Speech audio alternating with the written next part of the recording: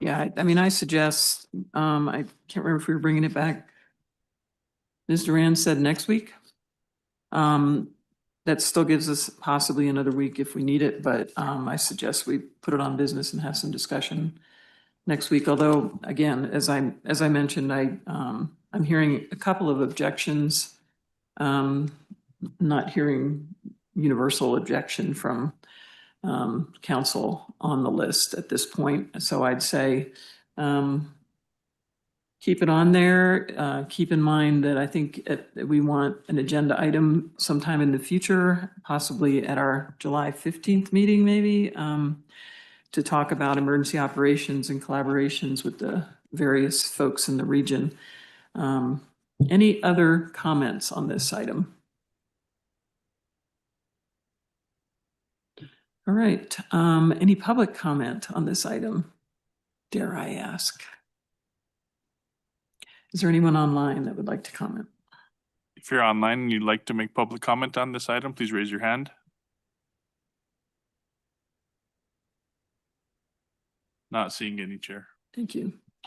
All right, Ms. Duran and Ms. Thomas and Ms. Laurent, thank you all for your presentation. And counselors, thank you for your input. Appreciate it.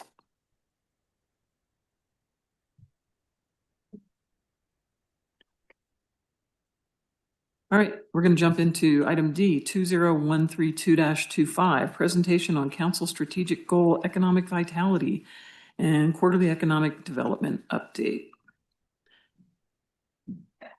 And Mr. Isaacson, you're going to kick us off?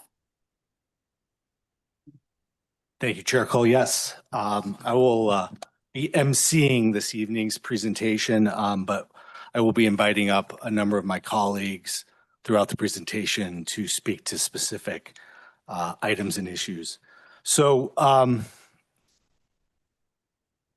as you know, you will be receiving several updates this year on the council's strategic goals. In May, Ms. Madison presented on quality of life. This evening, we'll be talking about economic vitality. Next slide, please. Economic vitality encompasses a number of things, but it really addresses the community's ability to grow, diversify, develop, and sustain the many elements necessary for our local economy to flourish. Next slide, please. So I won't go through all of these, but I think this slide shows the sort of diversity of topics encompassed in economic development, ranging from housing to business development, downtown revitalization, as well as promoting cultural and arts events and capital projects like broadband expansion and things like that. So because it sort of spans such a diverse set of departments and programs, as I said earlier, I'll be inviting up a number of folks to talk to specific issues, the first of which is housing. And so I'd like to invite up Dan Osborne, our Housing and Special Projects Manager.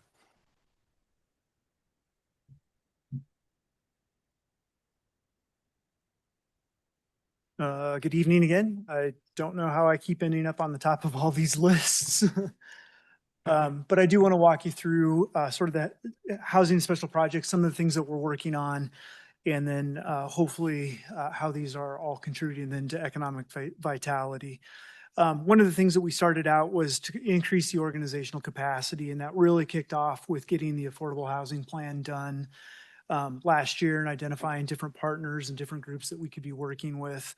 And then kind of following up on that was getting the new service contract in place with the Santa Fe Community Housing Trust to replace the housing partnership, which had previously provided us with the rehabilitation loans as well as the home buyer down payment assistant loans.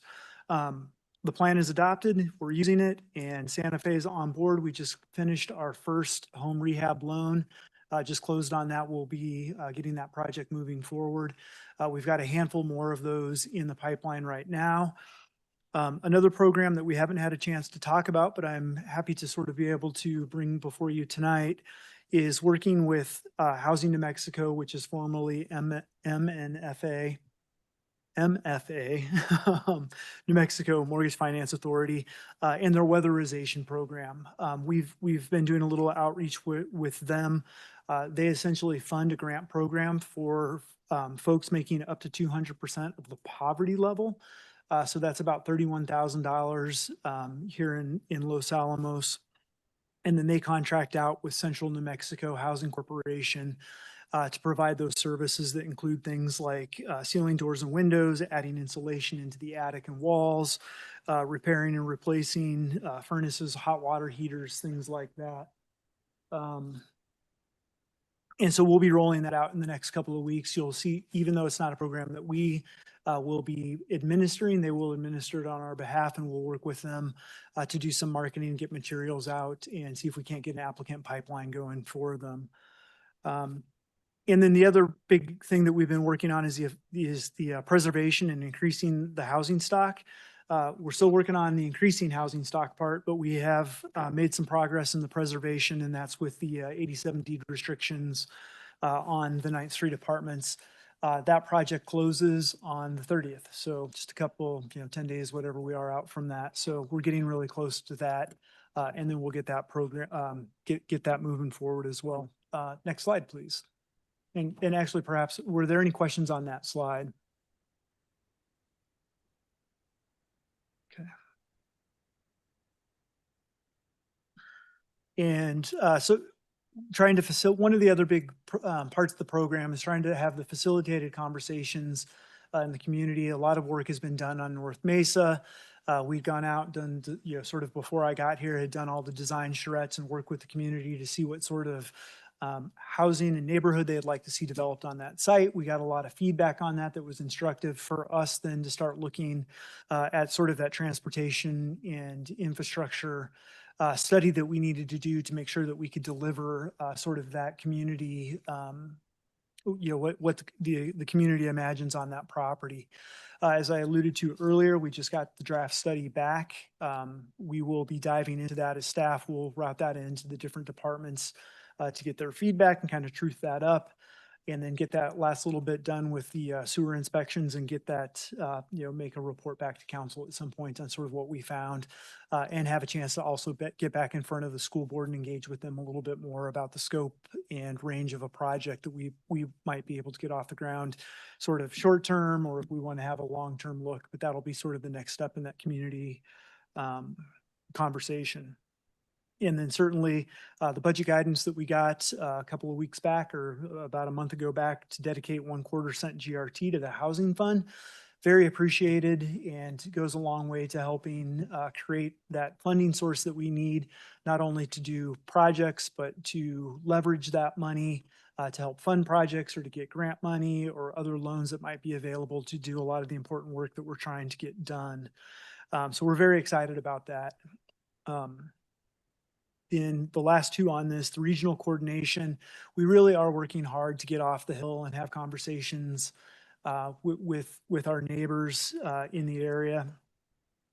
And specifically, we've met with Buffalo Thunder, with Poake, Sanai. Shanna has been really, really helpful to me to get a lot of those conversations started as she's talking about other economic development opportunities. They do seem to always be coming back to housing. And where it's really created some synergy and borne fruit for us is around some potential conversations with LIHTC projects, where they may have land and we have some capital, both human capital and money, that we might be able to contribute to some of those. There are a lot of politics off the hill that we also have to navigate. So those are high-level discussions at this point. Although I know we have, or although I can say that we have identified a handful of sites around the Espanola and, in Espanola and sort of the valley down there, where we might be able to have some further conversations, including with Santa Clara on some of the tribal-owned lands there and the Santa Clara Economic Development Corporation. That would include some conversations around RV parks, whether it would be something up here on the hill or something that we might be able to contribute to off the hill. They already own and manage a number of those sites, and have the capacity not only to manage them, but they also, Santa Clara specifically, they actually have their own development corporation and along with that, their own construction corporation. So they've got a couple of different entities under the Santa Clara Pueblo or the Santa Clara Economic Development Corporation that then knock down some of those projects. So we've had some conversations with them. Hey, one of the big things that we have problems with are local workforce. In fact, I believe they built this building. As I recall, we contracted with them to do the construction of this building using their I have lost the name of it. It's not the Santa Clara Construction Corporation. It has a different name, but they actually did the contracting on this building. And so we continue to have some of those conversations with them. And then quickly, I'll just kind of go through the housing pipeline. As you all know, as we talk about housing, we sort of have the real affordable housing, that 30 to 60% AMI. It's the hardest sort of affordable housing to be able to accommodate in the community. It takes lots of different partners and lots of layers of financing to get those projects done. But we have had some success. We've got 134 units between Canyon Walk and the Bluffs. And as some of you know, we've had some ongoing conversations with them around management and tenant relations and those things. And we've had some really constructive and meaningful conversations with them that have led to some change. I can report back that they are changing some of their practices with their leases and with some of the other documentation that they have and the way that they interact with their tenants in there to make sure that it is clear what types of inspections they're doing, when they're doing inspections, and for what purpose they're doing those inspections. So we hope to continue to move that ball forward and continue to work with them because I do see them, or we do see them as sort of, they're our lifelong partner. We're in this together, and we want to make sure that they're providing the service and the housing that we thought we were getting when we transferred that land to them. And we also know that should we be able to find additional land for another LIHTC development, we believe we have the absorption to do that. We have developers who would be interested in coming here if we had a piece of land that we could put out for solicitation. So that would be another chunk that we could really move the needle on, that 30 to 60% AMI. Some of those folks are really hard to be able to find adequate and appropriate housing for. Other things that are in the process, we have Sherwood Rounds. They're in our entitlements process, making a lot of progress. That's here in White Rock and is part of the Longview realignment and some of the participation in the county on that. Although that's not an affordable project, there could be opportunities to have additional conversations with them as they sort of move forward on that. The 44 units at North Community, kind of Conoco Hill or Arkansas Place. They have kind of stalled out a little bit. They have those units for sale. I think we've got 2 in and 3 for sale now. So 5 out of the 44 have been completed. The last time that we spoke with them, they're trying to get enough interest to get a building. They'll get that building going, and then that sort of flips into the capital to do the next building.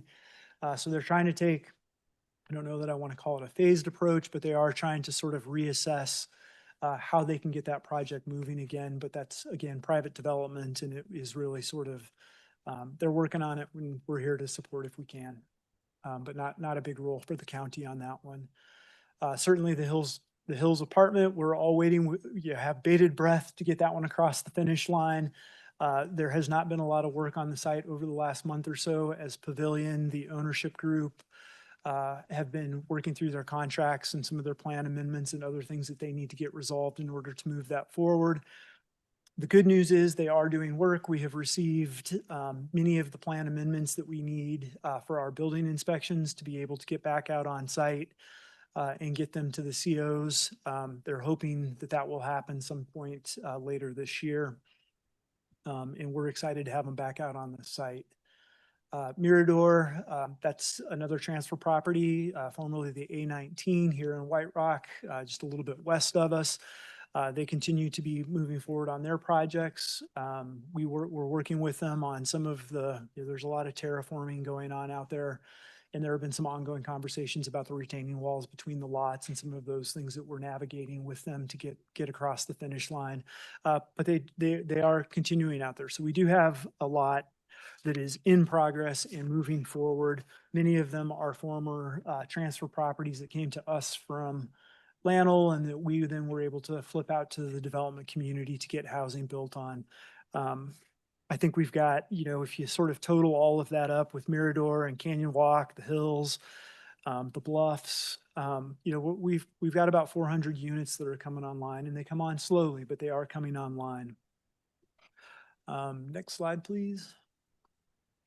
And then, sort of the planning commission approved, we have, another 600 some units that have been approved. This is where they've come through. They've gotten their entitlements, and now they've got to go figure out their financing and contractors and go out and get things built. Ponderosa Estates, they have a site plan approved. They've got some infrastructure constraints out there that they need to work through, so we'll be able to be in a position to accept the utilities.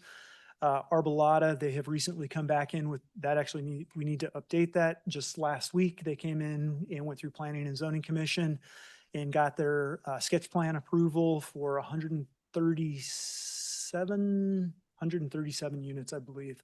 And it'll be sort of a split between single family on the west side and then 114 units of townhomes that will be more of a little townhouse project with 4 rent units.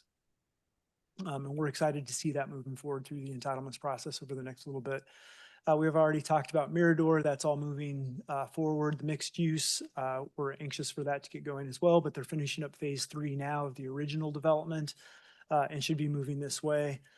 Cañada Bonita, I really don't have any updates for you on that. We just have not heard much from that property owner, although it has been approved for 160 multifamily units with a small commercial core to it. Same thing with LA Center, or the former Merrimack, or the current Merrimack. That's just kind of moving along. They're continue to be interested in working on their financing to get that across the finish line. Then we've got a couple of other lots throughout the community. They're going to come online, and that we believe we'll see coming in the 125 units, the 2201 Trinity Drive. That's the back half of the Century Bank. The front half of the Century Bank is coming in for a building permit now. So we're hoping that they'll get some traction, get the bank done, and then come in and do the residential that we've seen before in other iterations. And then Sherwood Rounds, we've already spoken about with the sketch plan and moving those 29 units forward. Next slide, please. And right now we're really starting to kind of work on building out the metrics and how to best sort of, we've got things that are being built. We have things that were approved and are in some stage of construction or finance or getting, kind of shovel ready. And then we have some that we just know are in the pipeline because we have, we've been talking with the developer. So we are working a little bit more on our metrics. What we have up here is just an example of what we're doing with the home renewal and the home buyer programs. We hope to be able to sort of telegraph to council and to the community how many we have, how many we've gotten approved. For every half dozen that we go through some sort of an application process actually leads to one that we are actually able to fund. So it's a little bit hard to sort of figure out which metric is important, that kind of thing. But we're going to start getting that out there. So you'll see those for both the home buyer and the home renewal programs. And then as we get A8A and 20th Street moving forward here in the next little bit, we'll start to build out another metric where it has solicitation in a time frame, development agreement in a time frame, contract construction, entitlements, those kinds of things. So we can sort of see where they're at in the larger construction and development process from ideation all the way through CO. So then we'll come up with a few different metrics for that and try to get some of that up as far as the metrics as well as we move forward, just to kind of keep council a little better informed as well as the community. And it keeps me honest in where I'm at in these processes and projects as well. And with that, I'd be happy to stand for any questions. Any councilor questions on housing? Councilor Haveman? Thank you, Chair. Thank you, Mr. Osborne. Quick question about your footnote about the ADUs a couple slides ago, or maybe right there. No applications or issued permits mean no res. So I think, as I recalled, only a certain number of lots in Los Alamos and maybe part of acres are permitted to have ADUs on them. Is that right? That's correct. And I mean, that was done intentionally. but you're saying that the people who reside on those lots, no one has made application to have one. Yeah, since we sort of updated the code a couple of years ago to sort of streamline some of those things, clarify where they would be allowed, and sort of reestablish which zone districts they would be appropriate in, we've had no ADU applications. That isn't to say that people haven't built other structures on their property or built studios or those kinds of things, but nothing that is at a level of finish that would qualify for a habitable space, kitchen, bathroom, those kinds of things. So then that makes me wonder, maybe it's just a conversation to be had at a different meeting maybe, but do we have a desired outcome for there to be more ADUs like there are in other communities where they've had housing crunches, and where it can help people with the affordability of their home, because it can, or help with helping elderly parents or relatives age in place and avoid nursing costs, et cetera. So I think, there's a myriad of benefits, at least from my vantage point of ADUs, and maybe people don't realize it, maybe people don't know about them. If you haven't been in a community or read articles about it, you may not even know what ADU even stands for to begin with. So maybe if we want to offer more affordable housing and more housing options and better care of our seniors, et cetera, maybe we should be promoting, or at least educating or informing, maybe promotes probably for sure the wrong word, but informing people, hey, this is a thing and you could do this and here's how you do it and here's the process, and then let people decide. That's all I'm thinking about that. Thank you. Go ahead. Madam Chair, thank you. That's something that we can definitely look into, and I think that would be a very low lift for us to be able to do some promotion and just maybe get something out to the community to say, hey, if you live in the zone district, did you know you have the opportunity to do an ADU? And then we could do some education around that. Myself in the planning department, I would want to lean on them a little bit because it would come through their office with the sort of the low level entitlement for the permits on that. Great, thank you. Councilor Righty? Thanks, Chair Cole and Mr. Osborne. So the one slide, so I was just checking because it did look like it was much less. So one slide has a typo on it, unless the column was meant to add up both numbers. Because you had what was completed and what was in the pipeline. It was 383, not 547. Right? And then you have Sherwood Rounds showing up in two different places. Yeah, this one. You can't see I'm pointing at the screen. Yeah, in progress 517 is not that. That doesn't add up to 517, right? Unless. But anyway, I think that's something to fix. Yep. Yeah, I like the question about ADUs. I remember having the discussion about that, and I think we also have a proximity. You can't have like people living right next to each other having ADUs. Isn't there a distance that you have to enforce about a density limit as well?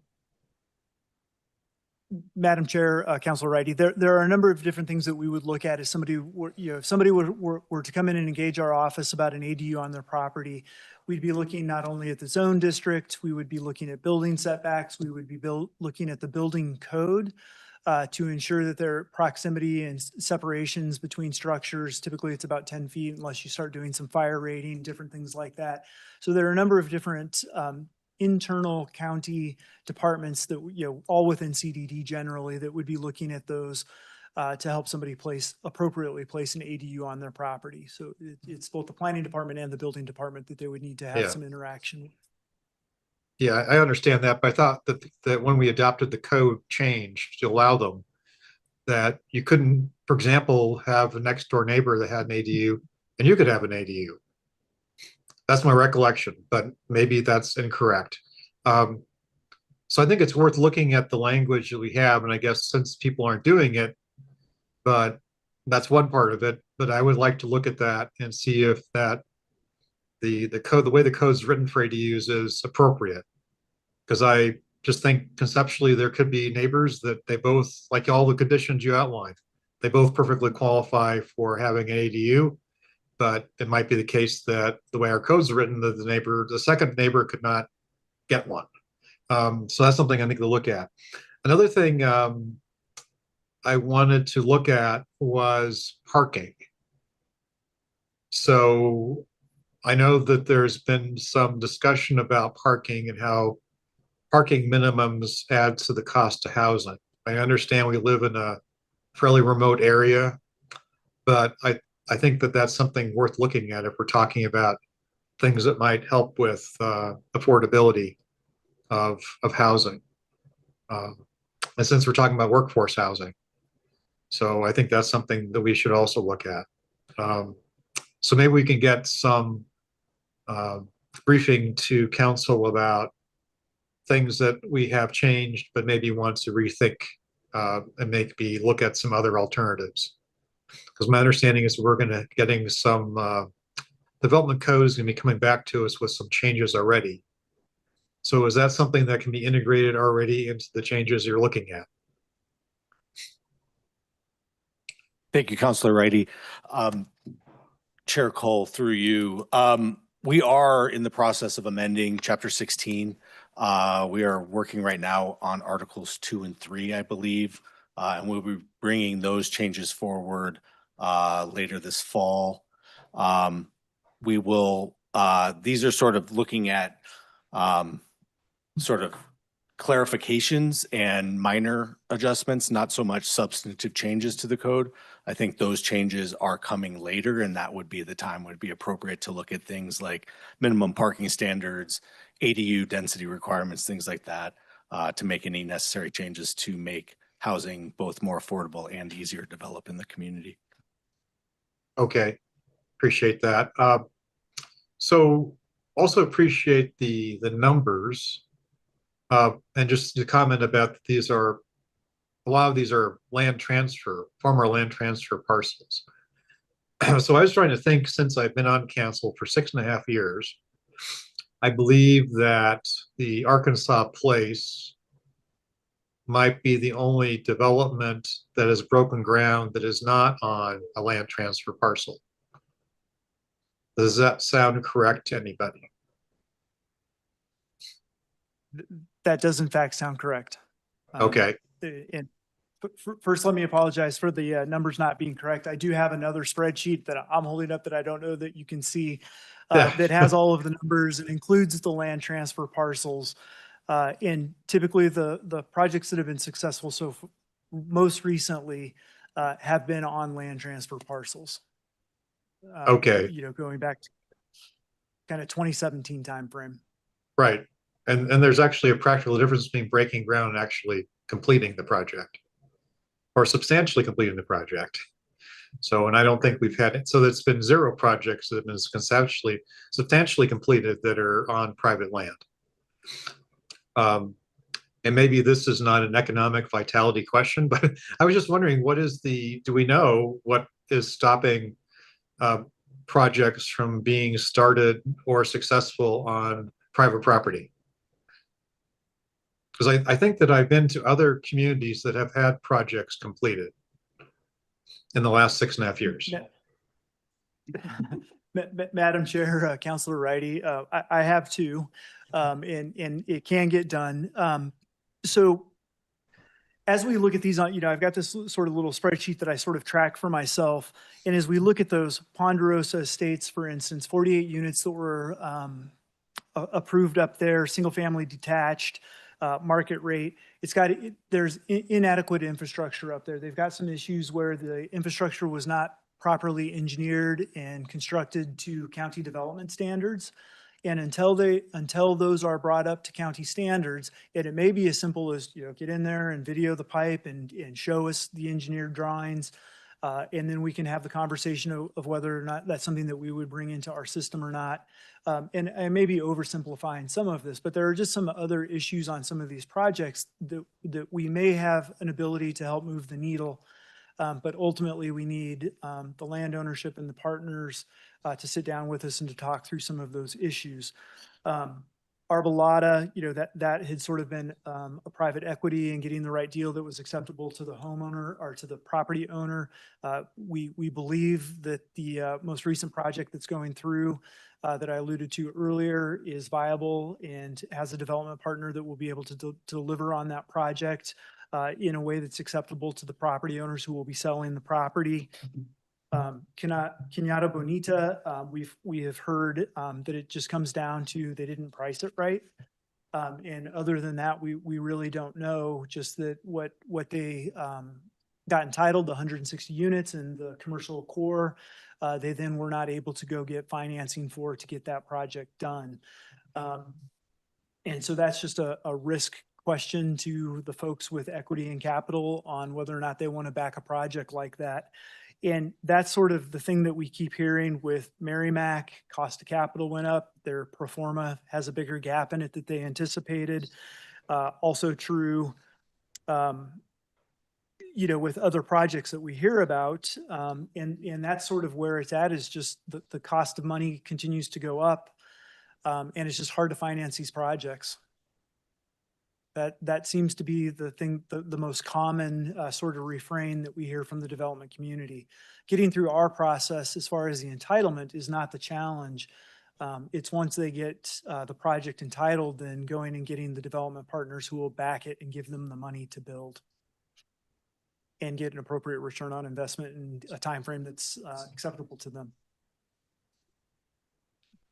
Okay, appreciate that information, and I hope that we can get to the more substantive changes to Chapter 16, the 4.2 law. Thank you.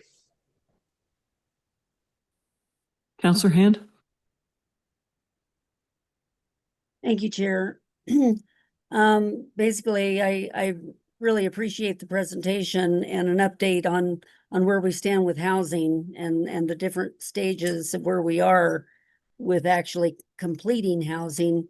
That seems to be the number one topic that, whenever I'm around town and people stop me to ask a question, it's about housing. So it's on everybody's mind. I have some people who are very adamant about, the needs that we have in this community and some of the things that, there are a lot of people that are suffering, regarding housing. They're desperate for housing.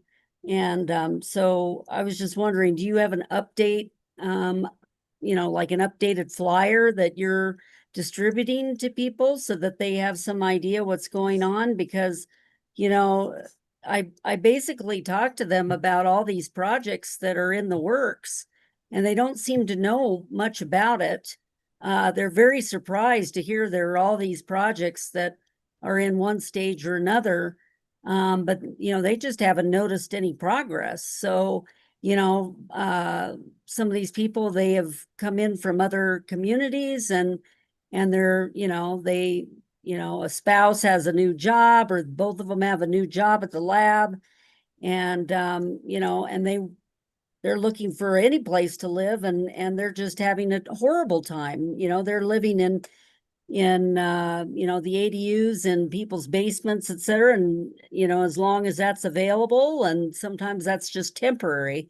So, anyway, I really appreciate, whatever we are doing to help move things forward. And the other question I have is, regarding the property values of properties that actually create an ADU on their property. So my understanding is that, especially like if, a lot of the houses, the older houses here in Los Alamos County, they were built with mother-in-law quarters in them, which many have rented out to students over the years. And, my understanding, even when I was looking for, a house, probably 15 years ago, the real estate, the realtors, I guess I should say, that basically, I was told that, a lot of people will dismantle like the downstairs kitchens and stuff like that, because they don't want their house to be considered a multifamily unit because it devalues the property. And I was just wondering if you know anything about that. Madam Chair, Counselor Hand, I have not heard that specific issue come up. We know that there are some issues where folks, if you build an ADU, you become a landlord. And there are just some other challenges that might just be part of an education process with folks about, encouraging more folks to want to either invite somebody into their house in a mother-in-law apartment and or to build, some sort of an additional structure on their property. Because of both of those things increase, you've increased the value of your property. That has tax implications. It also has implications on who can use it and, how you have to manage that and who's in there. And then once you have a tenant in that unit, then you have tenant law that you have to then follow if it's perhaps not a good match between the homeowner and the now tenant. So there are a lot of sort of, complicating issues that might just be an education piece as we continue to have or start having these conversations around ADU in the community. And there are tenant resources as well as landlord resources in the state where you can get representation and even just, like dial a lawyer kind of things. Hey, I'm having this issue with my tenant, or hey, I'm having this issue with my landlord. So there are resources that are out there for those kinds of things.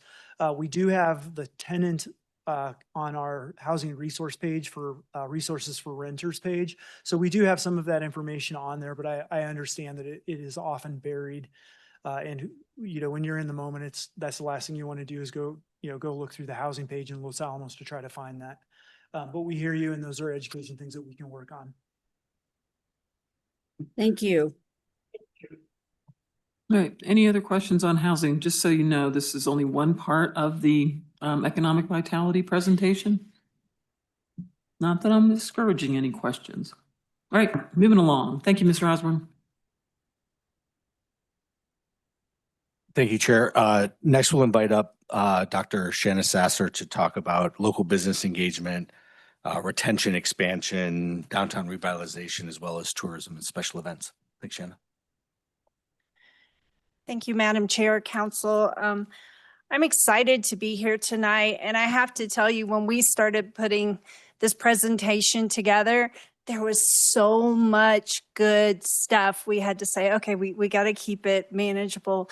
But it's really exciting to work for a county that is doing so many positive things in this field for our community, especially in my previous job working with all the different communities in the state and seeing communities not being able to make things happen.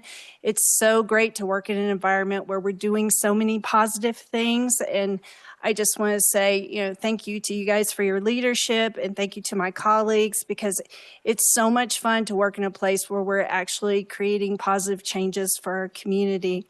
So for this presentation tonight, we wanted to organize it so we give you updates on all the different major things for economic vitality.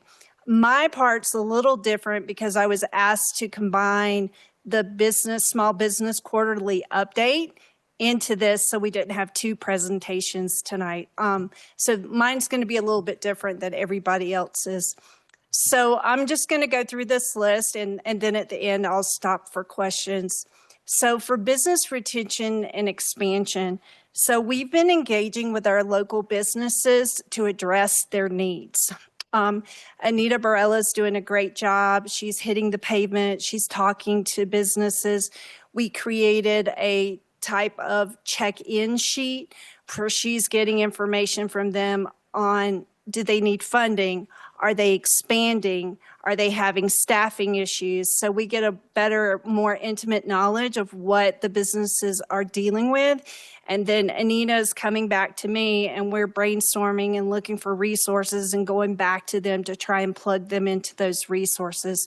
So it's a more grassroots effort with our small businesses. We've really expanded our communication process with both the small business and the business coalition. We've been listening to what their needs are and trying to see how we can better meet their needs as the county.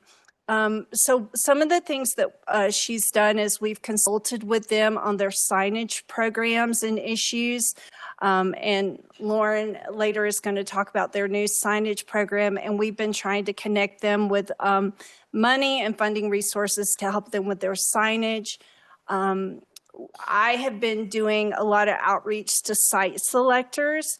I have met with all the economic development people within our region and connected with them and been able to tag along on some of their site selector visits for Los Lunas, which was great because I was able to talk to some of these businesses and find out what they're looking for. So now I know what we need to get businesses up here and to relocate here. So that's been really helpful to me. These regional collaborations have been very fruitful. Dan Osborne and I've reached out to all the tribes. We've met with their economic development people, their housing people, and we've just had discussions about how can we collaborate, how can we partner, and how can we work together. That's been so fruitful, and we are starting to move the needle. One of the things I did want to mention is the governor moved the housing office under workforce development under Secretary Nar. And through Monica Abeta, our executive director at the Council of Government office, she reached out and said, hey, I'm meeting with Secretary Nar. We're putting together a list of all the regional housing projects that are potential shovel-ready sites.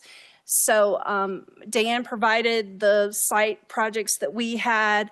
I reached out to several of the people that weren't in communication with Monica, and she met with them, and their projects got added to the list. So when Monica went to meet with Secretary Nar, Secretary Nar's got $110 million that she needs to spend for housing very quickly.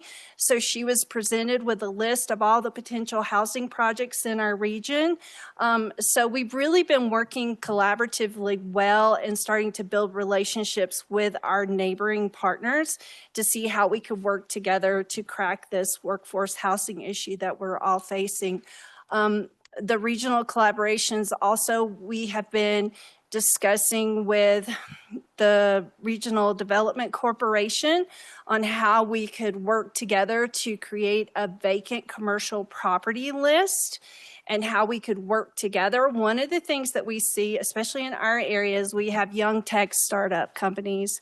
And once they get so big, they don't know where to go, they can't find properties, and they end up going to states that have better incentives for them, Arizona, Colorado in particular. So I started the conversation with our regional partners, like how can we work together to keep them here in our region?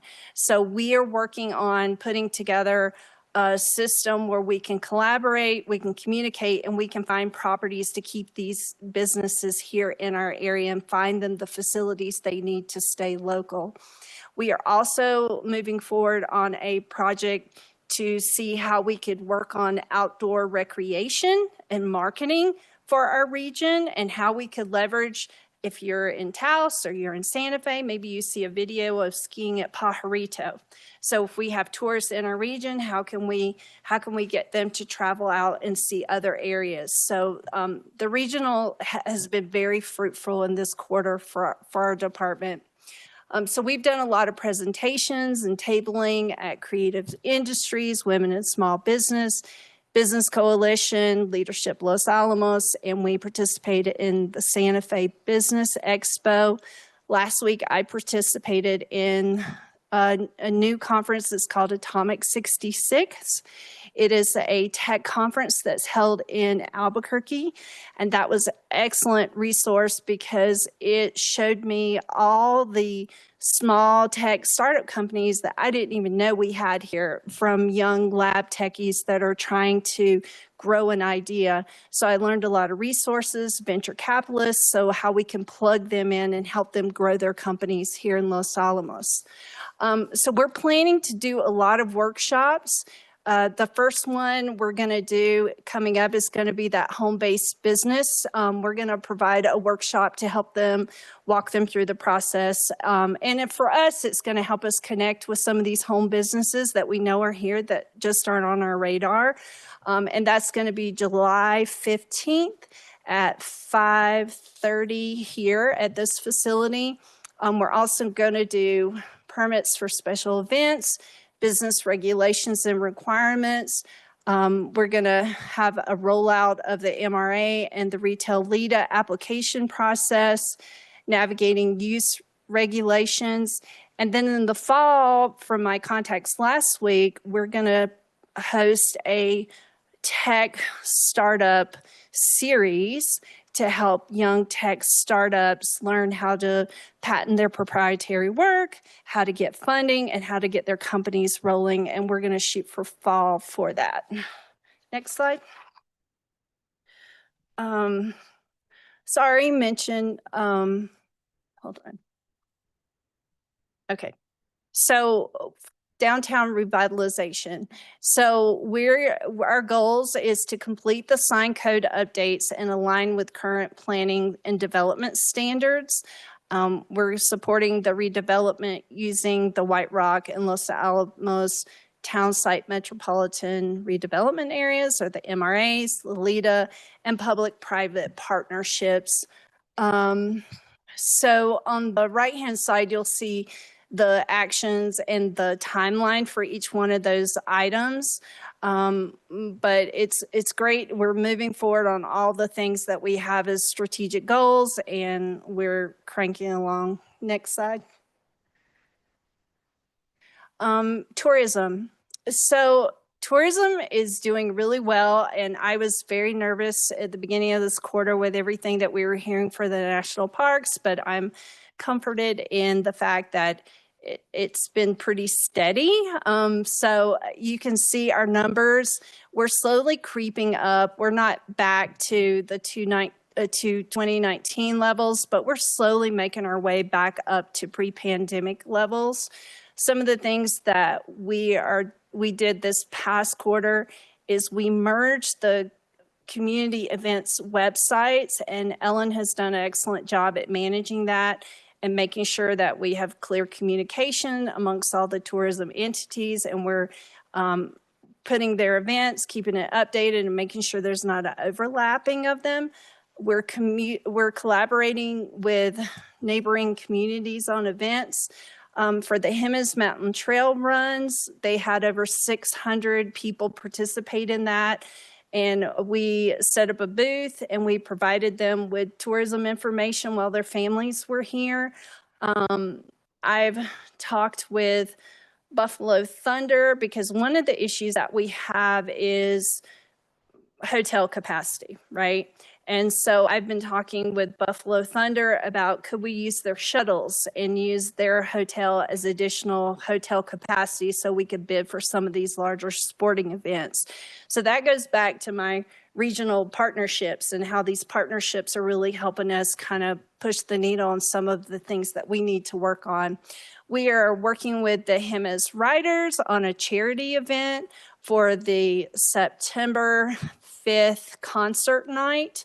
And we're going to collect school supplies that night. And the Jemez Riders, we would like next year, a year out from now, to plan a big car show and a motorcycle event.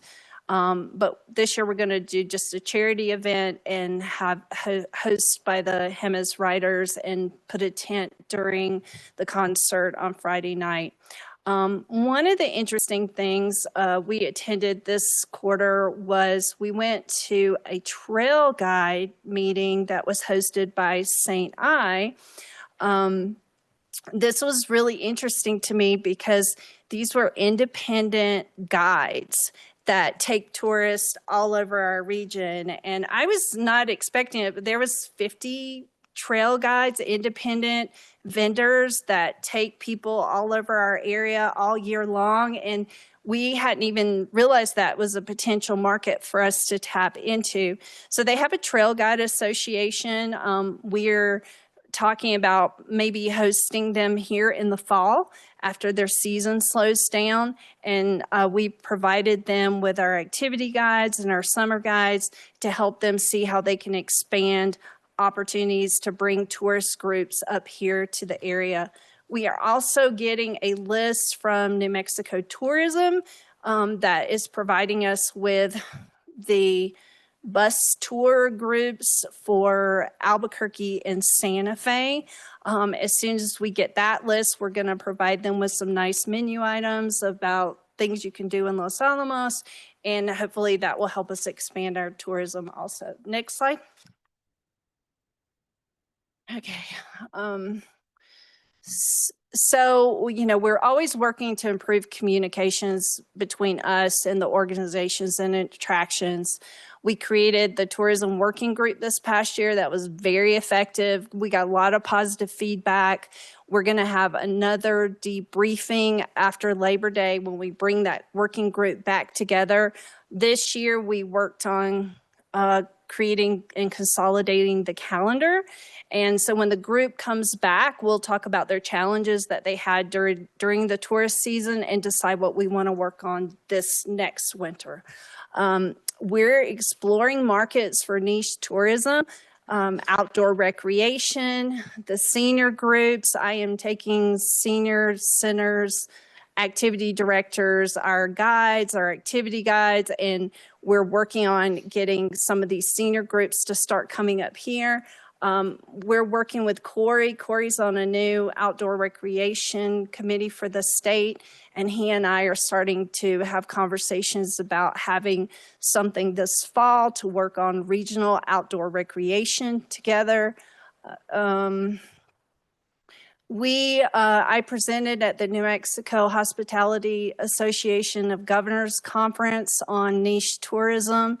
That was really well received. We also participated in the Santa Fe tour guide.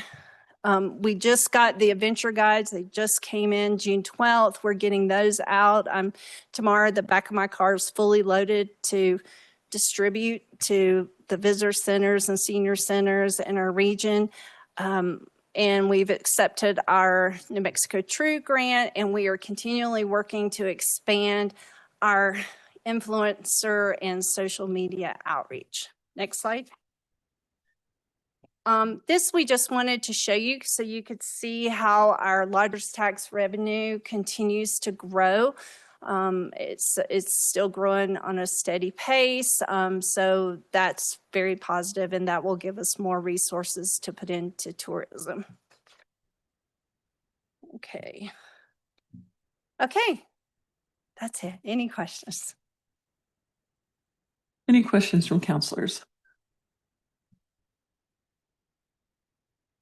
Counselor Righty. Thank you, Chair. Thank you, Dr. Sasser. Just a couple of things I wanted to ask about. So one thing, and you mentioned a whole bunch of stuff. I think one other thing that I heard was that the libraries are offering information for potential entrepreneurs. Mm-hmm. So it seems like that's a great resource that, just to acknowledge that, getting that, coordination within the county. I think that really appreciate that. And then another thing that I know that's been a long-term objective has been basically getting another hotel in the county. And I don't think that we've had that as a formal item on our objectives or the dashboard.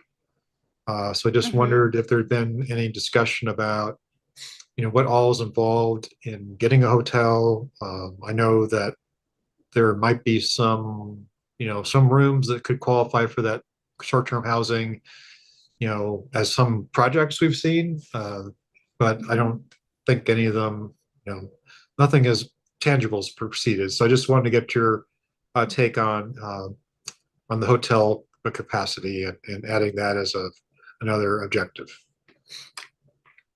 Madam Chair, Councilor Righty, thank you for the comments.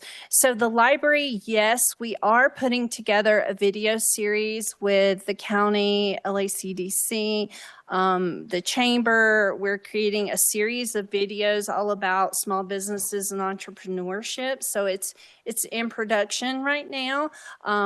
We don't have a date yet for when it's going to be posted. We're actually going and doing the recording this month. So I think that will be a great resource. The hotel discussion, there has been a developer who's very interested in building a hotel here.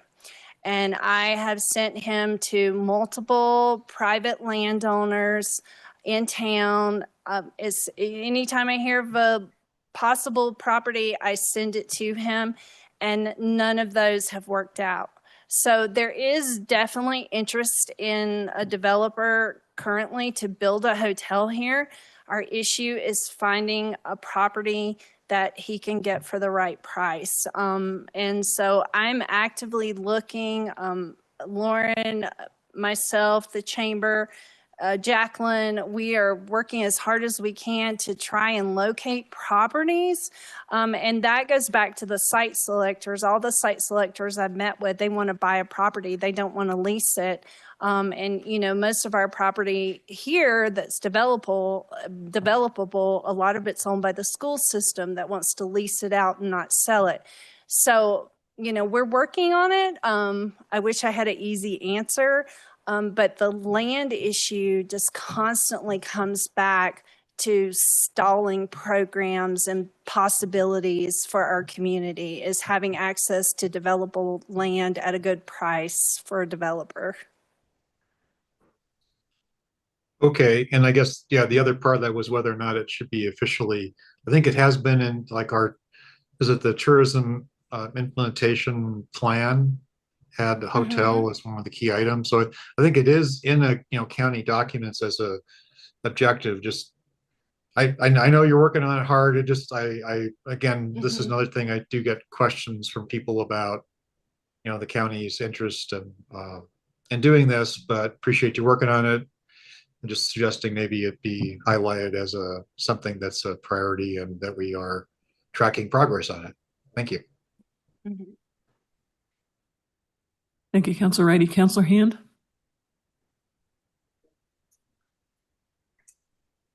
You're muted, Councilor Hand. Sorry. Oh, thank you. Thank you, Chair. So I'm focusing on your slide 9 and 10. Basically because I've had a lot of recent engagement with some local small businesses and you know, a lot of concern that you know, the county isn't listening to their needs. And so, you know, basically, I think I'd like to just make a suggestion that we might want to consider how we work interdepartmentally within the county. For example, like with infrastructure projects, if we have an infrastructure project where there are businesses impacted by those infrastructure, you know, road developments, utility developments, changes, et cetera, potentially for preparing for new projects of the future, you know, we can't forget that we still have, you know, small business owners and property owners that are impacted by these projects. And, you know, we're designing things for the future, but are we engaging with each one of these businesses that are impacted and asking them, you know, this is what we're planning on doing. How could this affect you? What are your needs? What do you need like during the project and after the project is over? How are you going to be impacted by this project? And try to incorporate that in the design of whatever you're doing. as well as, you talk about creating signs for local businesses on DP Road, but at the same time, I'm hearing about the parking issues, because we're expanding sidewalks on both sides of the road now, and we're taking out their parking. And, that's a significant impact on these businesses. So, are we missing the boat here?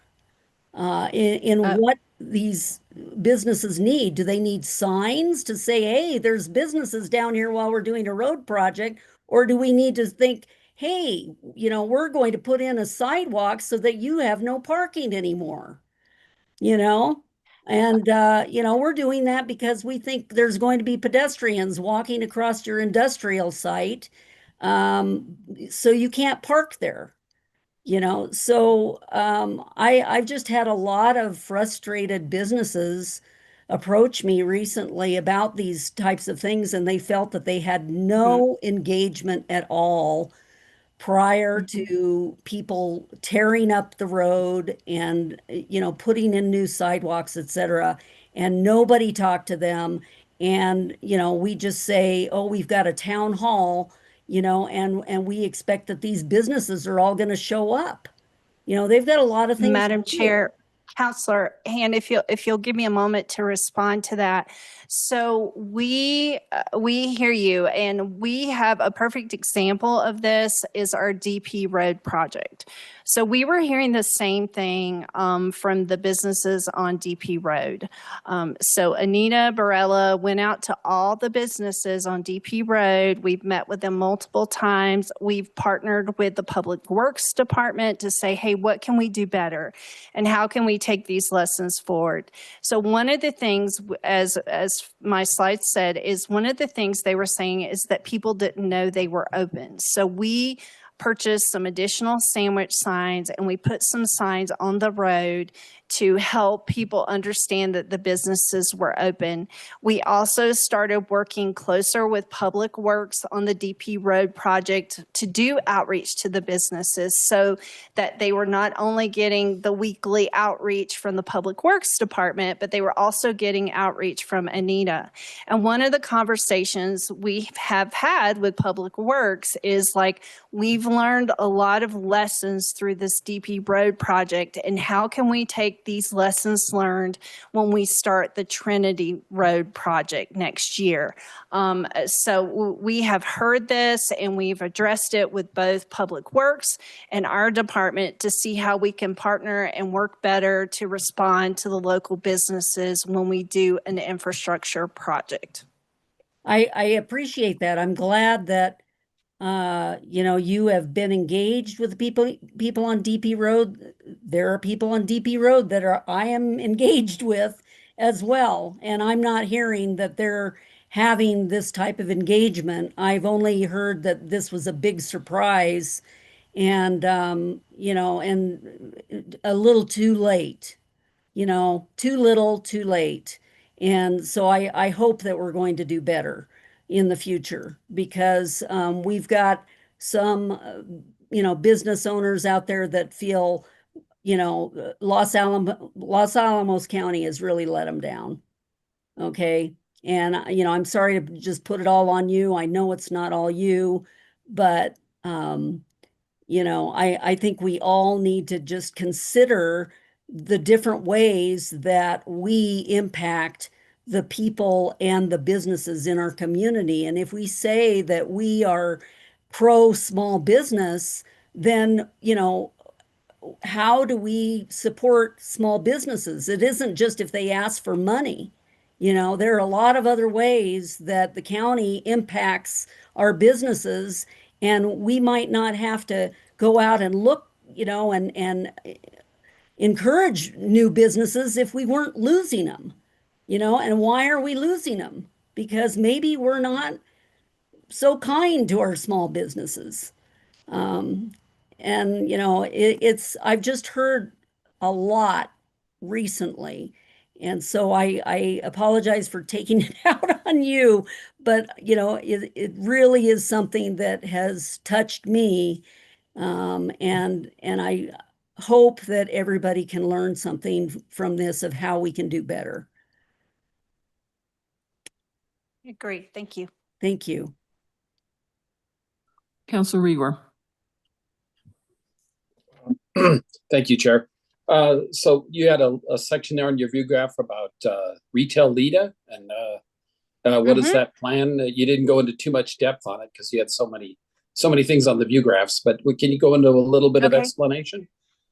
What you're up to? Absolutely, Madam Chair, Counselor Rieger, thanks for asking that. So we are diligently working on the Retail Lita program. It is progressing and moving forward. We recently met with the attorneys and we've went over the application process, and we decided we wanted to refine some of the application process. So we're working on that currently. When we finish the application process, we're going to do a mock-up of the application, the website, and all the rollout materials for it. And then we're going to also do another review to make sure it's a solid rollout plan. And we're hoping to get that rolled out the end of July. And what is the structure that you're thinking at, or what are you doing? What changes are you making to the current plan? Well, we went through, we created an application, and we went through and reviewed the application that we met, and then we decided that we needed to create some more eligibility requirements and just make the process a little bit clearer and easier for the applicants to understand and move through. So we went through and revised that, and right now we're working on the revisions that we came up with. So we're just making sure that we have a solid plan in place before we roll it out and realize it, you know, we want to make sure it's all the I's are dotted and the T's are crossed before we roll it out. And so you're talking about an easier or more compact application process, is that it? Yeah, so we wanted to make it, we wanted to streamline it, make it easier, but we also had to get input from the attorney's office and also the financial department. So, you know, it's a process. So we have a committee that's working on it and it's moving forward, and we hope to have a rollout and have an information system. When we're ready to go, we will set a date and we will have a public information session and a rollout process. And you don't want to say too much right now because it's still being written? Correct. Yeah. Okay, well, thank you. Thank you, Counselor Rigor. Other comments or questions? Chair Cole, Counselor Herman? Oh, let's go with Counselor Herman first. Thank you, Chair. Thank you, Dr. Sasser. I just wanted to say thanks for this. You're part of the presentation. You've been incredibly busy, and I appreciate everything you're doing. Thank you. Thank you. Appreciate that. Thank you, Counselor Herman. Counselor Neil Clinton? Okay, so Counselor Herman just stole my thunder. That's precisely what I was going to say. Okay. Anyone else? Echo, ditto. Another ditto from up here from Counselor Haveman. All right. Thank you, Dr. Sasser. Thank you. Appreciate it. Moving on.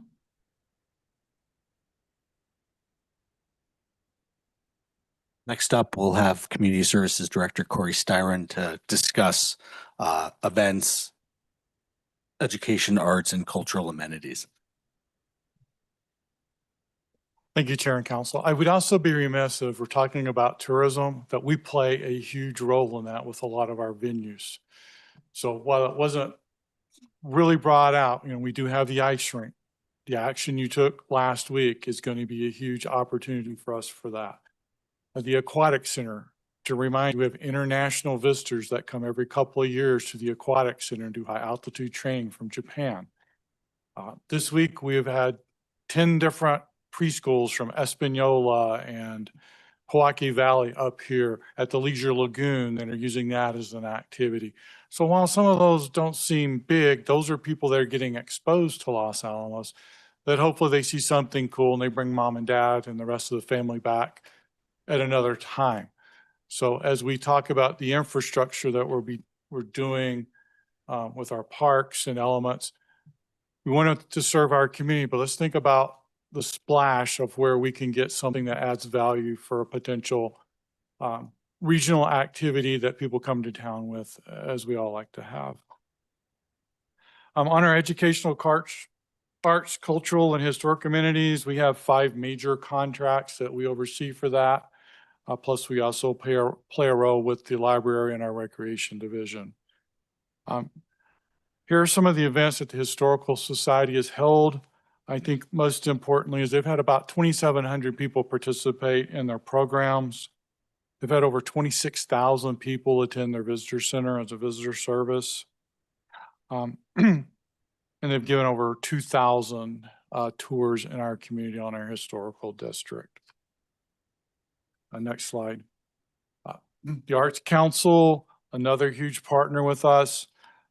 Here's some of their deals that they've provided this year. I think another to date is they've had 1,095 participants in their programs. They've offered some 1,600 classes, and the gallery visitors there on site, they've had almost 16,000 visitors go through the gallery there on site.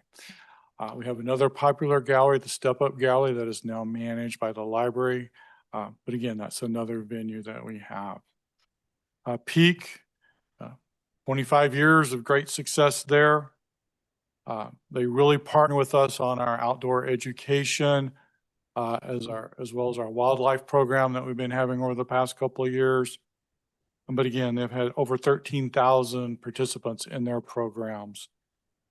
Little less than 10,000 visitors that have just come into the facility to check it out.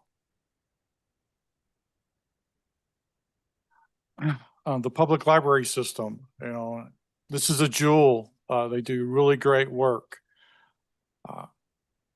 They continue to not only look at improving our inclusivity and our belonging in our community, but they're looking at ways to bring people in with Atomic Con and other things like that to be a staple in the community.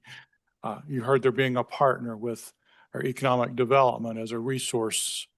And then, the Library of Things is just spectacular. If you want to try something out, that's a great place to visit. New Mexico State Cooperative Extension Office, another jewel in our community. They take care of the demonstration garden through their Master Gardener program, which is an experimental garden in itself within the gardeners.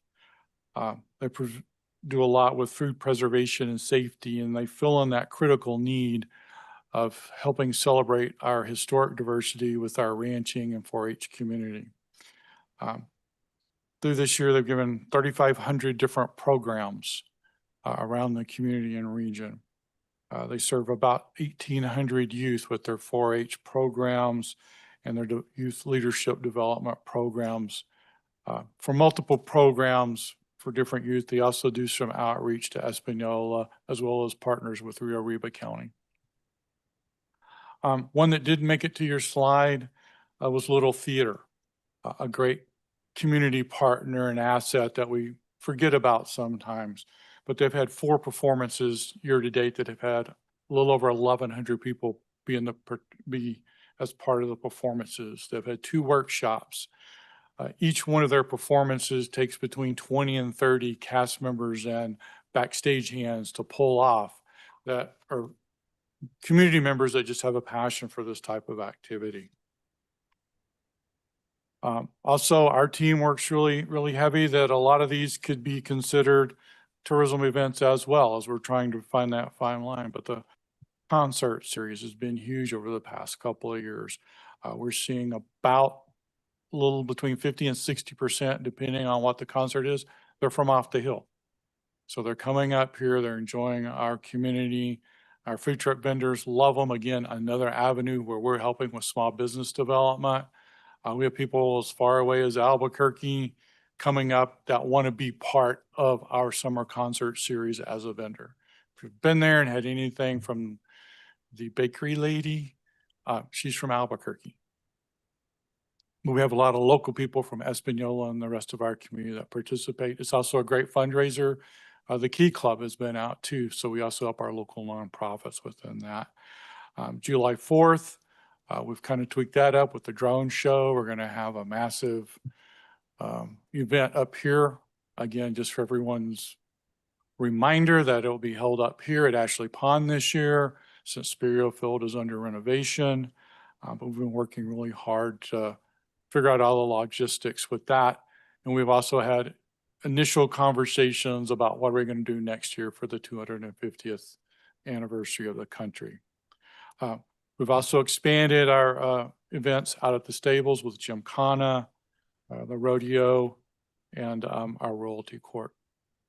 So I think as you kind of, hopefully you've gained here tonight is economic vitality is just not a one person hat. It really is all of us. And some of us are not at the table that we've been mentioned. Public works, getting people from point A to point B is a real, so economic vitality really touches the entire county to pull this off. And we have different leaders and different facets, but we all work together where we can and try to get the maximum effort. So if you have any questions, I'll be happy to answer them. Thank you, Mr. Styron. Questions from counselors?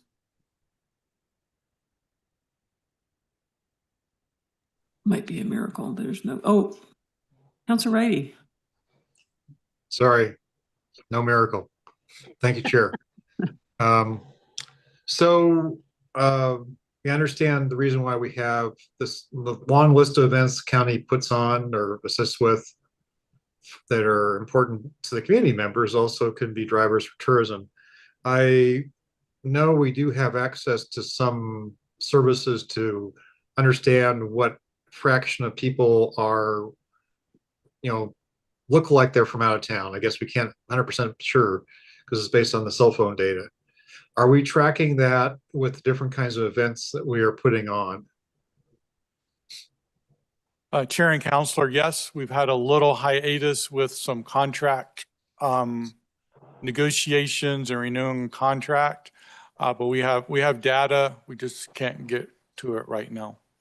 Okay, and I'm glad you mentioned vendors and where they come from because I guess it's more of a comment. One thing that has come up is a local purchasing preference, but that would maybe not extend to Albuquerque. I'm not sure about that.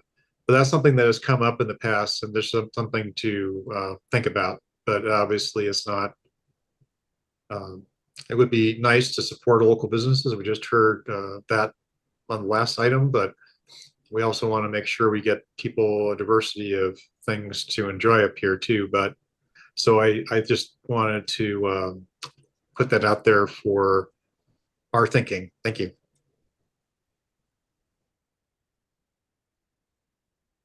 Thank you, Counselor Righty. Other questions or comments?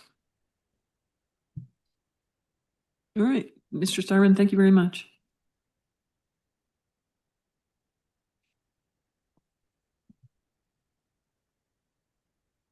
And I believe next Deputy County Manager Juan Rael will present on the community broadband project. Madam Chair and Council, won't go too deep into this one. We had a pretty exhaustive briefing a couple of meetings ago, but just did want to, since we've last met, the high-level design has been approved by county staff, so we are on track to continue into the low-level design. So not sure if you want to pause for questions here, or we can keep going.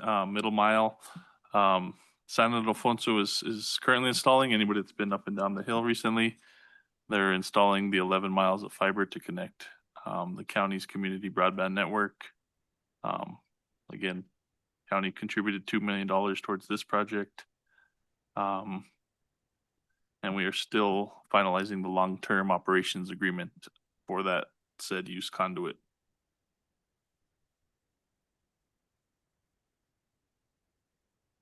I'll just go ahead and You want to go ahead? Ben, Go ahead. Okay.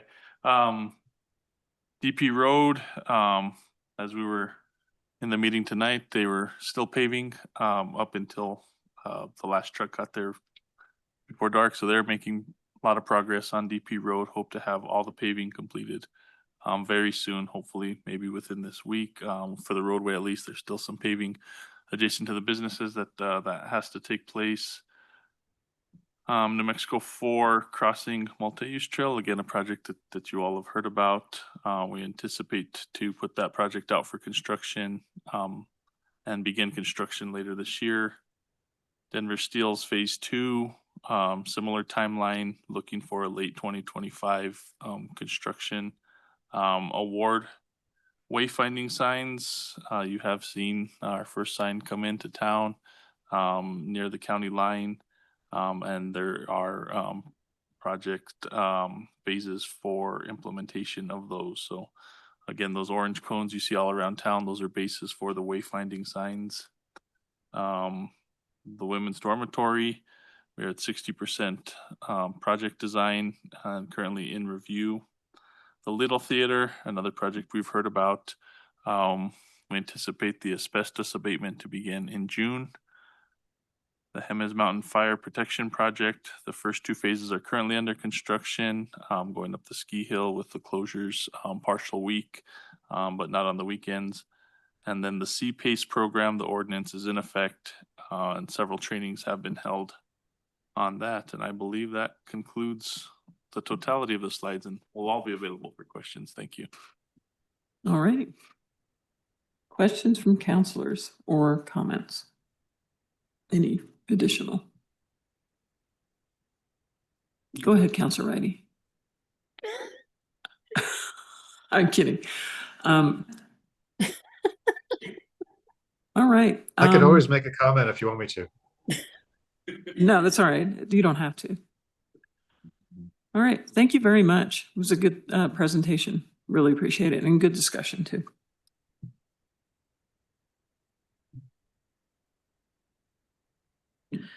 All right, moving along. Does anybody need a break? I don't think it's going to take much. Oh, Madam Chair. We also have a presentation from LACDC oh, as well my as bad. part Yep, of the quarterly update. yeah, she has.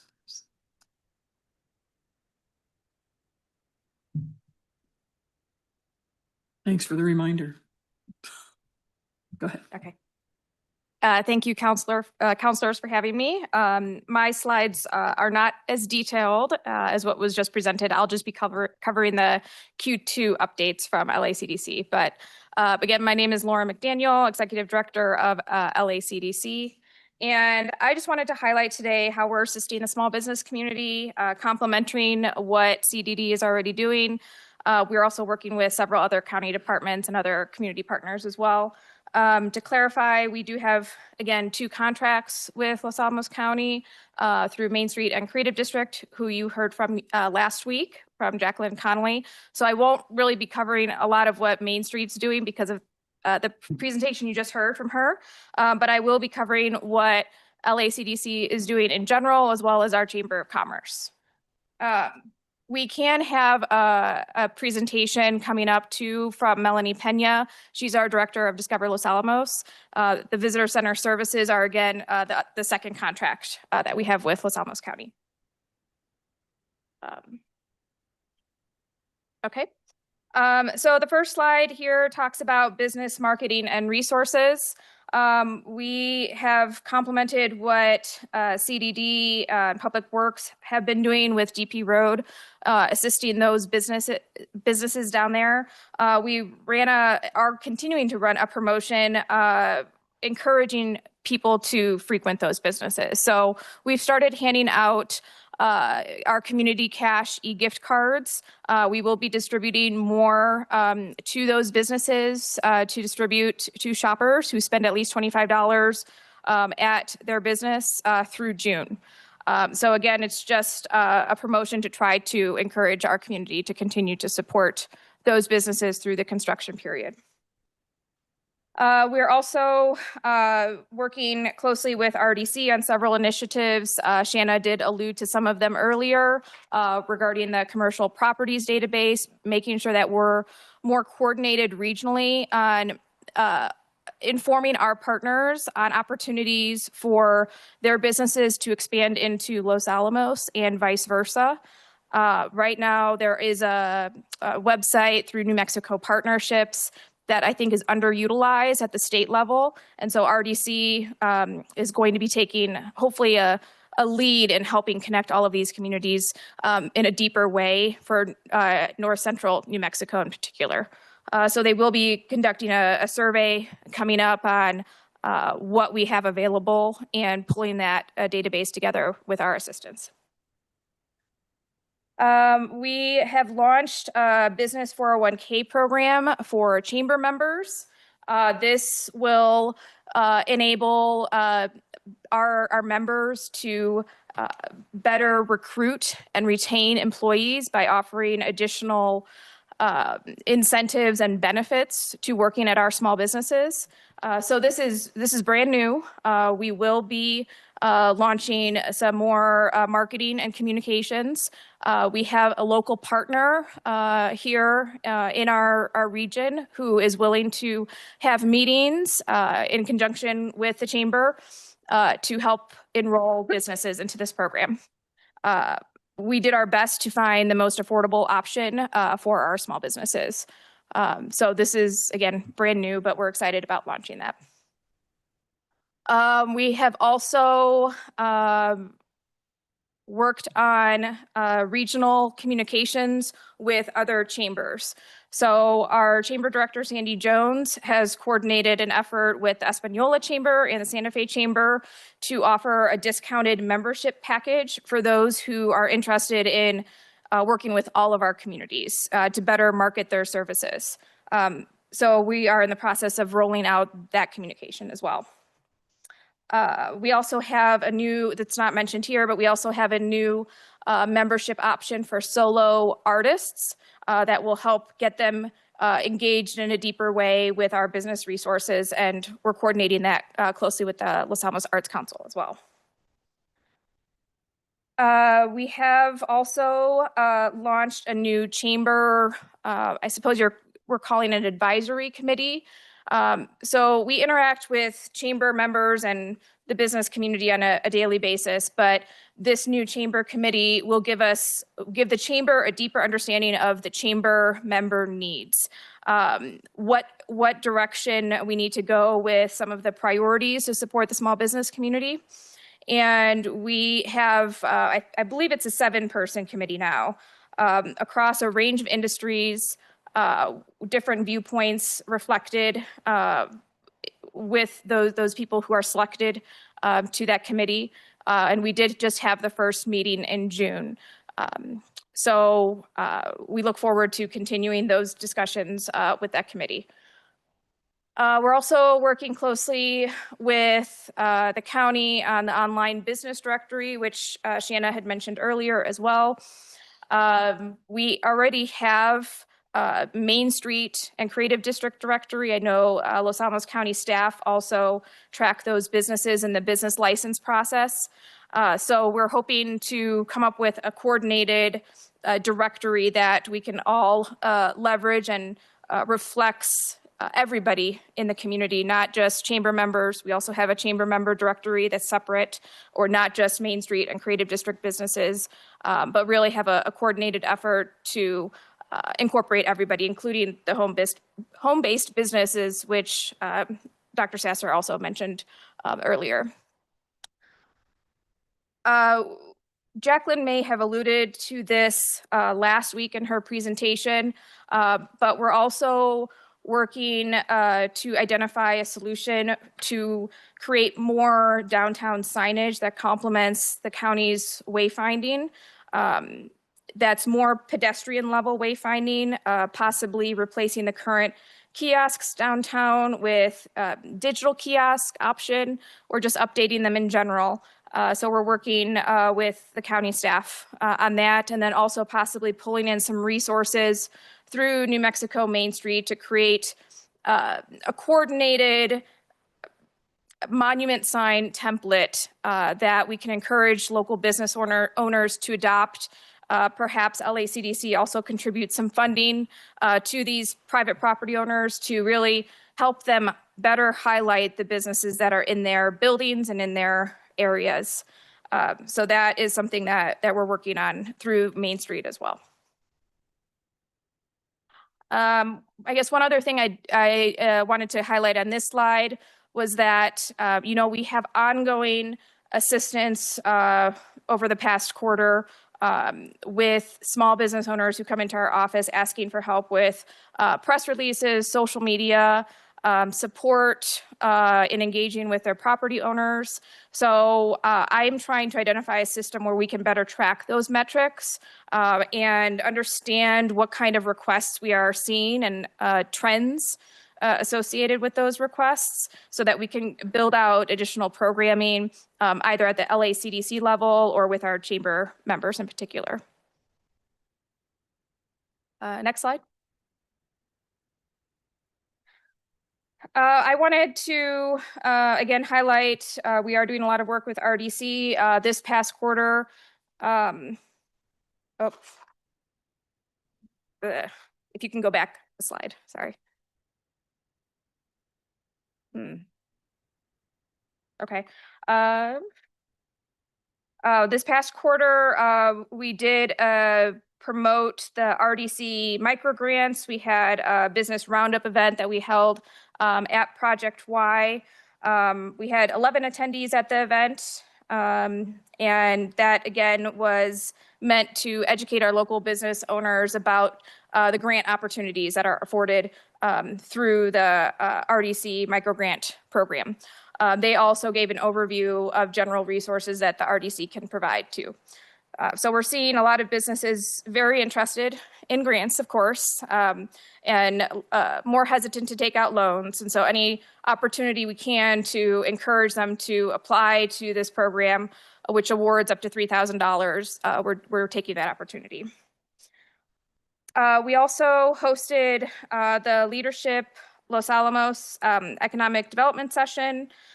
We coordinated and led the day's schedule in April, and that class had, I think, about 30 attendees. So we had a lot of community partners really engaged in presenting not only the county, but others that are involved in economic development here. As you heard earlier from county staff, there's a lot of people that are involved in economic development, and we really tried to highlight that in the session. We've also been meeting with Los Alamos Business Coalition as well. We've had conversations about better integrating opportunities for businesses to be highlighted in front of our visitors. We do manage the 2 visitor centers, so how can we better promote businesses in addition to other marketing opportunities, and then other tools and strategies to support businesses. So lots of good conversations that have stemmed from those meetings. Okay. Let's see. Okay. Other meetings and initiatives with partners, as Dr. Sasser had mentioned earlier, we do have the online business resource hub that is in process right now. We started filming that earlier this month. This was really an extension of the Libraries as Launchpads program, and then also paired with our Business Accelerator program as well. I'm not sure why it's not showing up here. Maybe that was a previous slide. Might be a little out of order. Okay, there we go.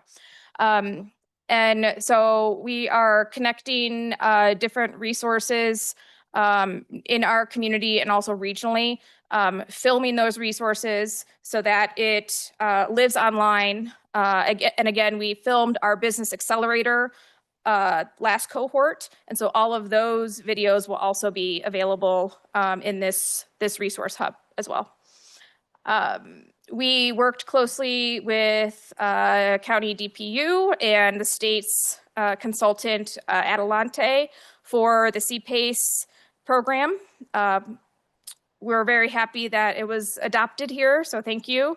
And we had about 10 property owners attend that initial education session I did talk with Adelante afterwards, and they said that they have since had several follow-up conversations since that discussion. So hopefully we see some of our local property owners engaging in that resource and using that long-term fixed rate financing to improve their properties. We've also been working with County Emergency Management. They have a workshop that's coming up this Monday, June 23rd at 9 a.m. To help better prepare our local businesses for emergencies. Do they have an appropriate emergency plan in place? This session will complement a previous session that the Chamber hosted with UNMLA that also offered another perspective, but we felt that it was important to make sure that the businesses knew what our policies and procedures were at the county level to better prepare them in an emergency. So that's coming up on Monday. We also have been having conversations with CDD staff and several of you about Retail LIDA. How can we make this process the most effective that it can be, and that results in successful applications? So that's really our goal. We're talking about how LACDC can possibly be a supportive partner in Retail LIDA, possibly providing third-party security for those businesses that may not have full security. I've also been having some discussions at the state level with NMEDD to see if they have any ideas. So there's some other possibilities of what we can explore if a small business comes to the table and they don't own their own building and don't have sufficient security, for them to get sufficient security to have a successful application. Okay, next slide.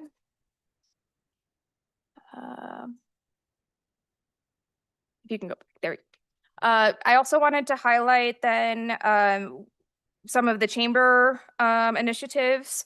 Dr. Sasser already mentioned that we merged the calendars, so that's not related to chamber, but I think that helps not only our local businesses and organizations that host events here have a consolidated platform instead of going into two separate locations for information. We also had the Chamber Business Awards recently, so that included 11 awards distributed to our businesses based on community vote. One award was awarded to Community Partner of the Year. We did have over 60 of our businesses, chamber member businesses, participating in the June Chamber Fest as well, and we're still gathering metrics. We are working with county staff to take a look at data on participation levels and what's working and what's not working in terms of driving the community and the region to Los Alamos to participate in events like Chamber Fest. We did have several off the hill companies who are chamber members also participate. So that's an opportunity for them to see if there's interest from our community in order to relocate here or expand here. We also hosted a chamber career fair in conjunction with UNMLA and several sponsors this past quarter. We had over 30 businesses participate. We did host it downtown at Fuller Lodge. We had good feedback on that. They liked it being held later in the afternoon as well. And feedback from our small business community was that there were better quality candidates as well, which was great to hear. We continue to host ongoing events through the chamber. We have weekly coffee and connections, so anybody can come to the table. We rotate locations and just talk about their small business issues, challenges, successes. We've received really good feedback on the small environment of those meetings, and so those will continue weekly. We kind of think of it as chamber office hours, although we're always open downtown at our office as well.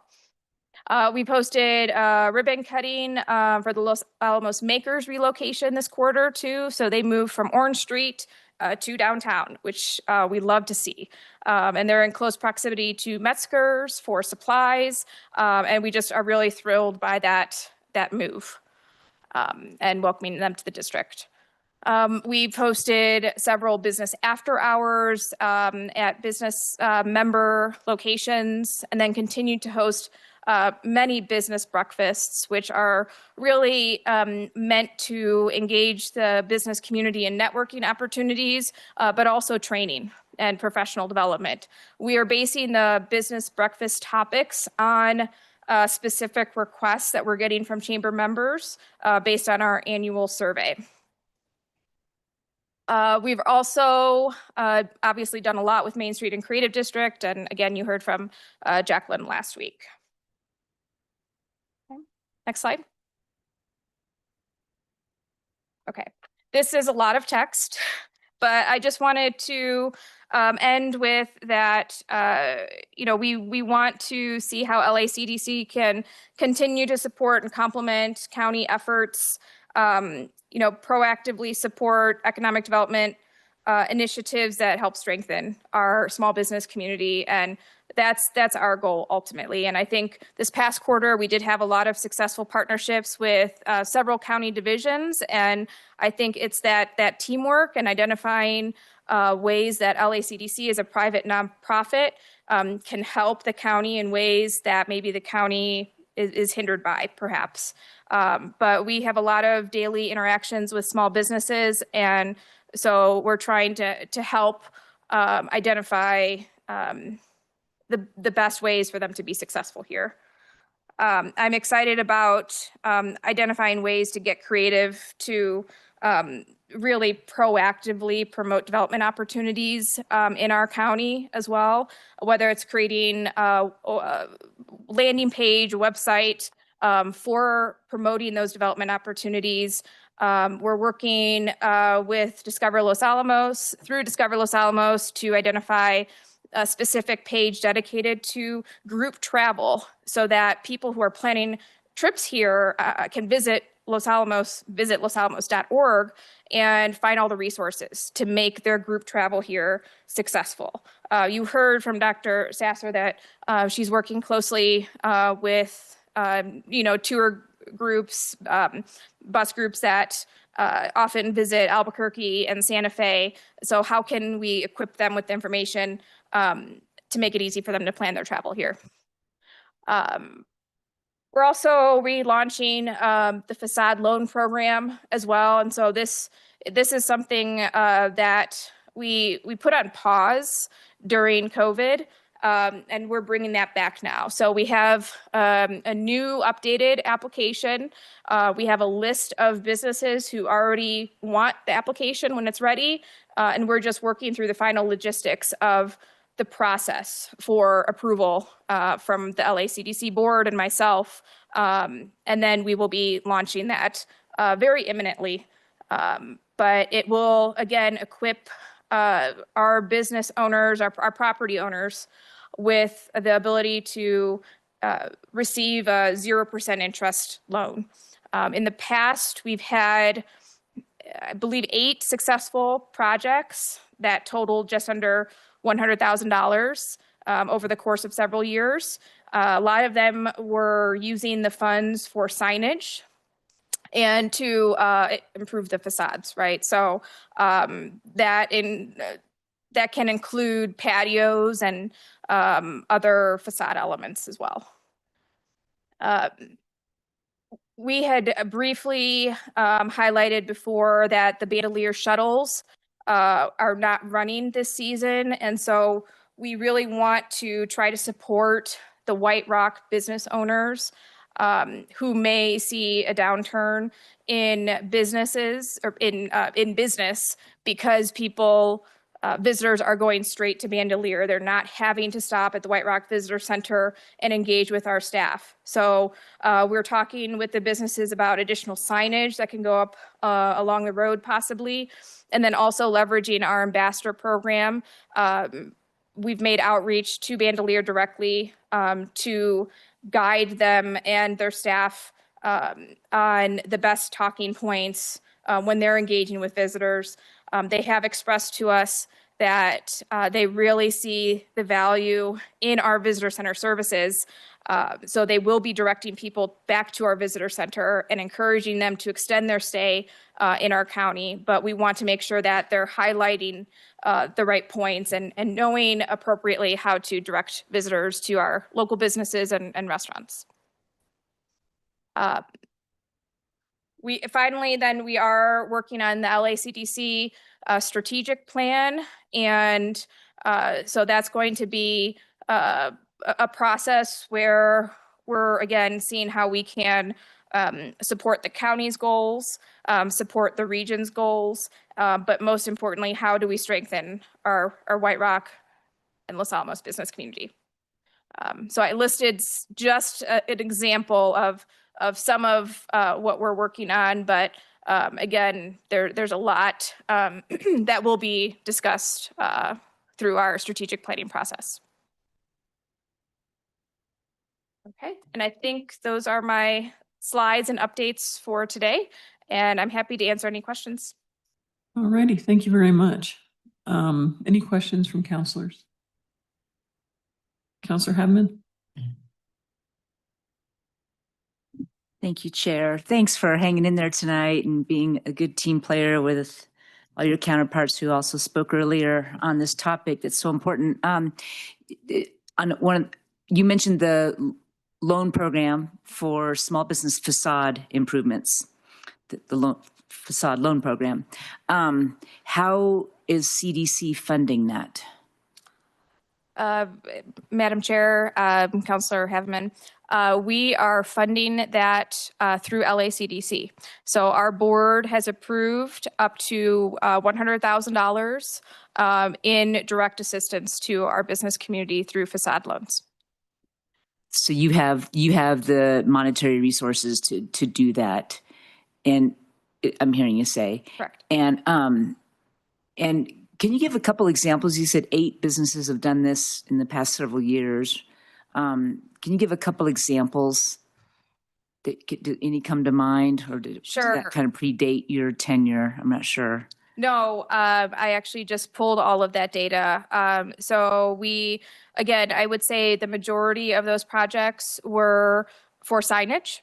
And one that I can recall was to, as I had referenced earlier, to help build out their outdoor patio space as well. So I will be seeking permission from the business owners for us to talk about those projects as part of us ramping up the efforts to promote the next round of applications, because I'd like to highlight the wins and highlight what businesses can be inspired to do with those funds. Yeah, I don't know. I just think it's a really important little thing that we can do. So thanks for focusing on that again. Thank you, Councilor Habman. Other questions or comments? I think you're getting off easy tonight. Thank you very much for your, Councilor Wright, he just raised his hand. Yeah, there was, I'm not unmuted. So I wanted to ask about the vacancy data. So I think that you do have some vacancy data that you've been collecting on commercial vacancies. And also when you're communicating with people interested in starting businesses in Los Alamos, do you have any data on gaps, retail gaps? Okay. Madam Chair, Councilor Wrighty, in terms of the vacancy data, so our Main Street program, it has been working closely with the National Main Street program on something that they're calling the Booms Tracker. And that basically is a mechanism where we're taking a look at all of the properties within the Main Street and Creative District specifically, We are tracking to be one of the, I think, in the top 10 in the country for completion of the properties within our district. But we're still trying to figure out how we can leverage that in a public way. Right now, the Main Street basically has, the Main Street program has that, I guess it's not publicly accessible. So we're leveraging that. Also, I know through CDD and Dr. Sasser, she has worked closely with the county assessor's office to recently pull data on all of the vacancies within our county so that we can identify a plan to kind of tackle those. So I would say that those are the two main initiatives for commercial vacancies right now. I will say that I am in communication with CDD staff regularly. If we know of vacancies and potentially partnering or connecting businesses with those vacancies, but we need a more formalized process, and that's what we're establishing right now. In terms of retail gaps, I know that CDD also recently did a gap analysis, and I believe that was pulled through Placer AI data. We also have a gap analysis that was done, I want to say maybe a year and a half ago by one of our partners with the state. So we want to take a look at that again, see how that compares to the Placer AI data, and make sure that it's really customized to our community. But we are looking at that and working closely with county staff. Thank you. Thank you, Councilor Righty. Any other questions or comments?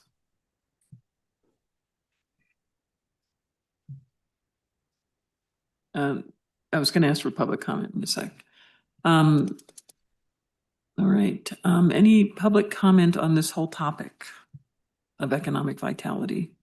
I don't see anyone in the room. Is there someone online? Madam Chair, yes. Mr. Sines, you are now unmuted. Please state your name for the record and limit your comments to 3 minutes. Thank you. Yes, hello, my name is Alan Sines. And I want to just kind of follow up in what Councilor Melanie Han mentioned, because, you know, from the presentation from Shanna, she mentions that they are constantly communicating with businesses. I own 2 businesses. I am part of also Los Alamos Business Coalition. And the reality is that I don't see that as truthful. I have never met Anita. And I think that is an indication that, and also from other members of the coalition, we haven't had any approach from the staff and also seeing the challenges, especially with village arts specifically. I have a big list actually that I've been writing down, and I will be sending an email next week when I come back to Los Alamos, because I've been hearing the same story for a long time, and it gets annoying. So, you know, I hope that we get some answers. Actually, from the coalition, we asked many questions that still haven't been answered. We requested monthly meetings, which it hasn't happened. So I think there is a miscommunication. It is so easy to put something in a slide and present it as truthful, but Actually, at this moment, Los Alamos Business Coalition, it is conducting and calling business owners and gathering information that it is part of our final forum and report that we will be doing part of our finding and conclusions of what we've been encountering through this series of forums. So it is hard to just be listening and hear the same, I will say, excuses and little impact. You know, I hear a lot of regional and I see a lot of meetings that are being attended regional and the little impact and the need of Los Alamos local businesses.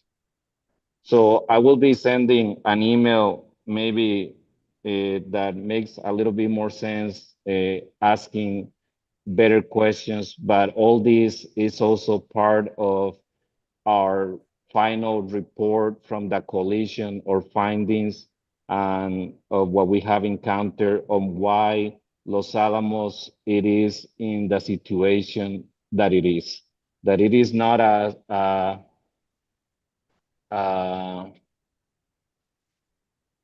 mystery that it is awful, you know, downtown Los Alamos.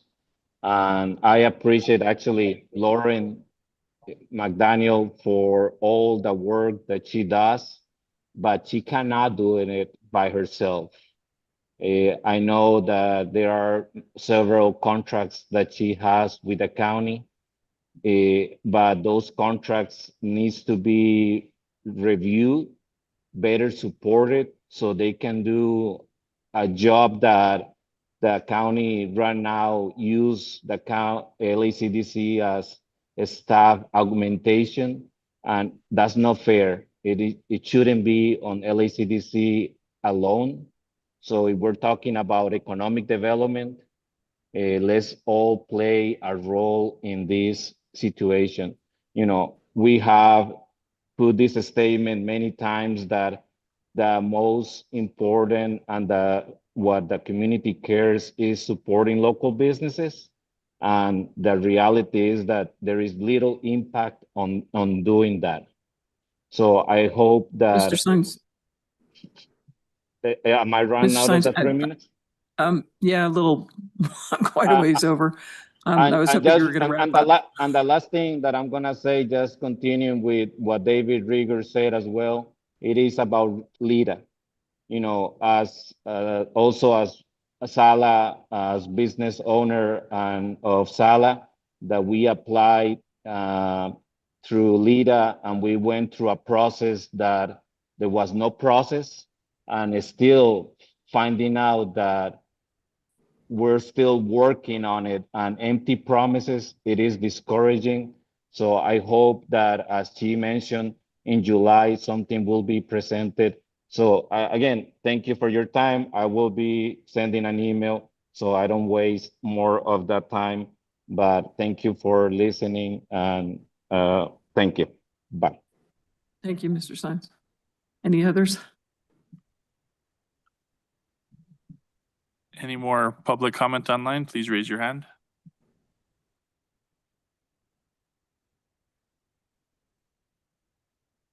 Not seeing any, Chair.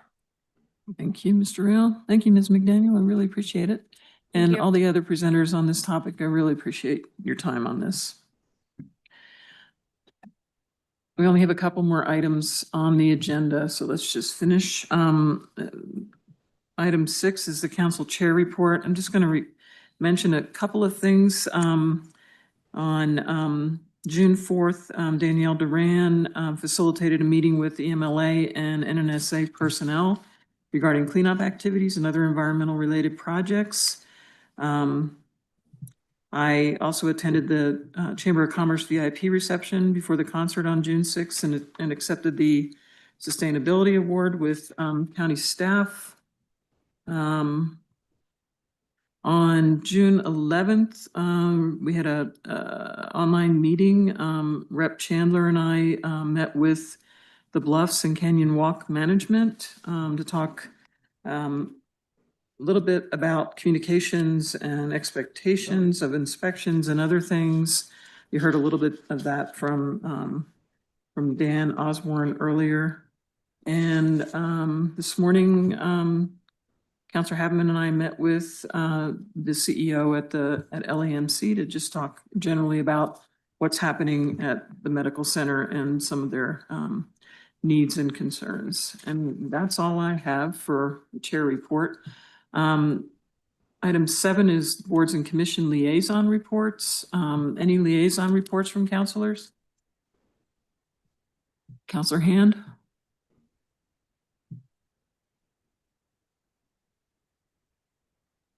Thank you, Chair. So I had hoped to get out this report in written format and I didn't quite make it.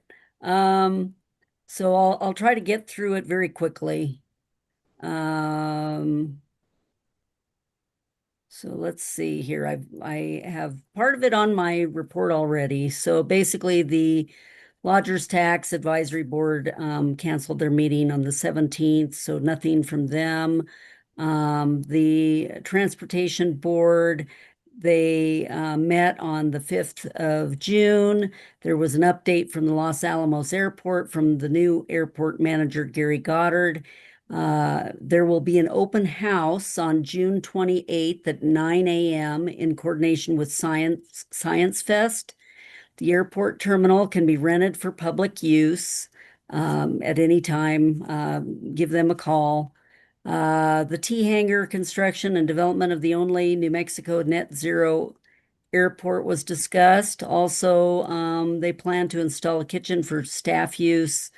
The airport provides an important role for firefighting and medical operations, just in case anybody was wondering what their role is. The subject about providing a car rental service came up. And basically that would need to be coordinated with private industry.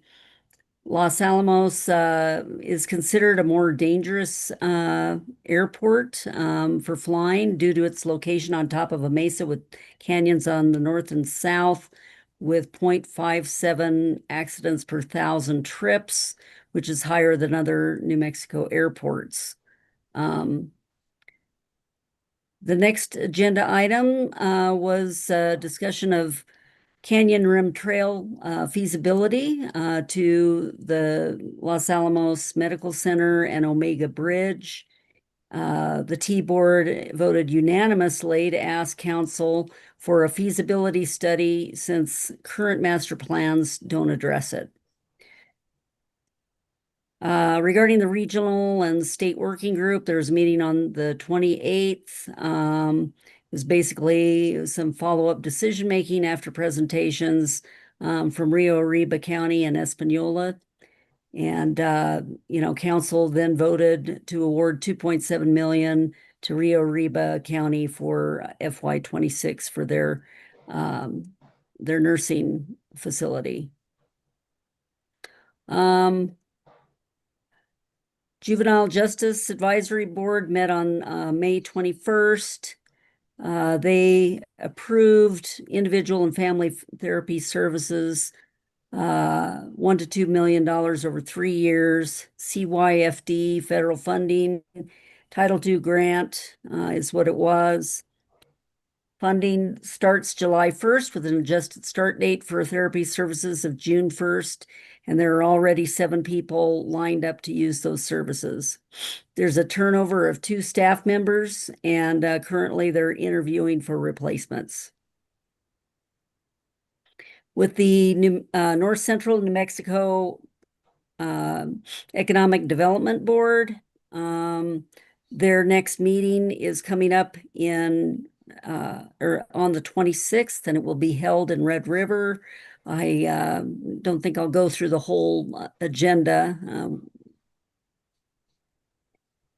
Just don't have enough time. And then the NCRTD board, Basically, they met on June 6th, and that was Tony Mortellaro's last meeting. So he was he's retiring, and so there was a recognition of his service, and they had a small celebration afterwards. The succession committee that I'm also working on, which is a separate item, they are in the process of they've received applicants, and they are looking for candidates, and they're going to base a lot of the interview questions on their stakeholder internal and external interviews. So that's coming up soon. And then they had a number of other items. Everything was approved. I don't know if you want me to read through all of them, but these agendas are pretty substantial. Every meeting is about 3 to 4 hours long. So I just don't know if you're interested in all the different regional things that are going on, but they do a tremendous amount of work. There will be a Taos facility opening soon. That's one of their new hubs, and they will have a ribbon cutting on June 25th at 11:30. And I think you have to have a special invitation to attend. I will be attending. Let's see if there's anything else. That's about it. Thank you Thank very you, Counselor Han. Counselor Reddy. Thank you, Chair. Just had two items briefly here. So one was, want to thank the Chair Call, for attending the Inclusivity Task Force meeting for me on the 28th. I was able to watch the video. They're going to be making a presentation to council, I believe, next week, if I'm remembering correctly, by the end of the month. So that's coming up. And then June 5th, the Health Council had its monthly meeting. They got quite a bit of information about the crisis response system in the county. This had to do with, what happens when people might dial 911 or request help in different ways.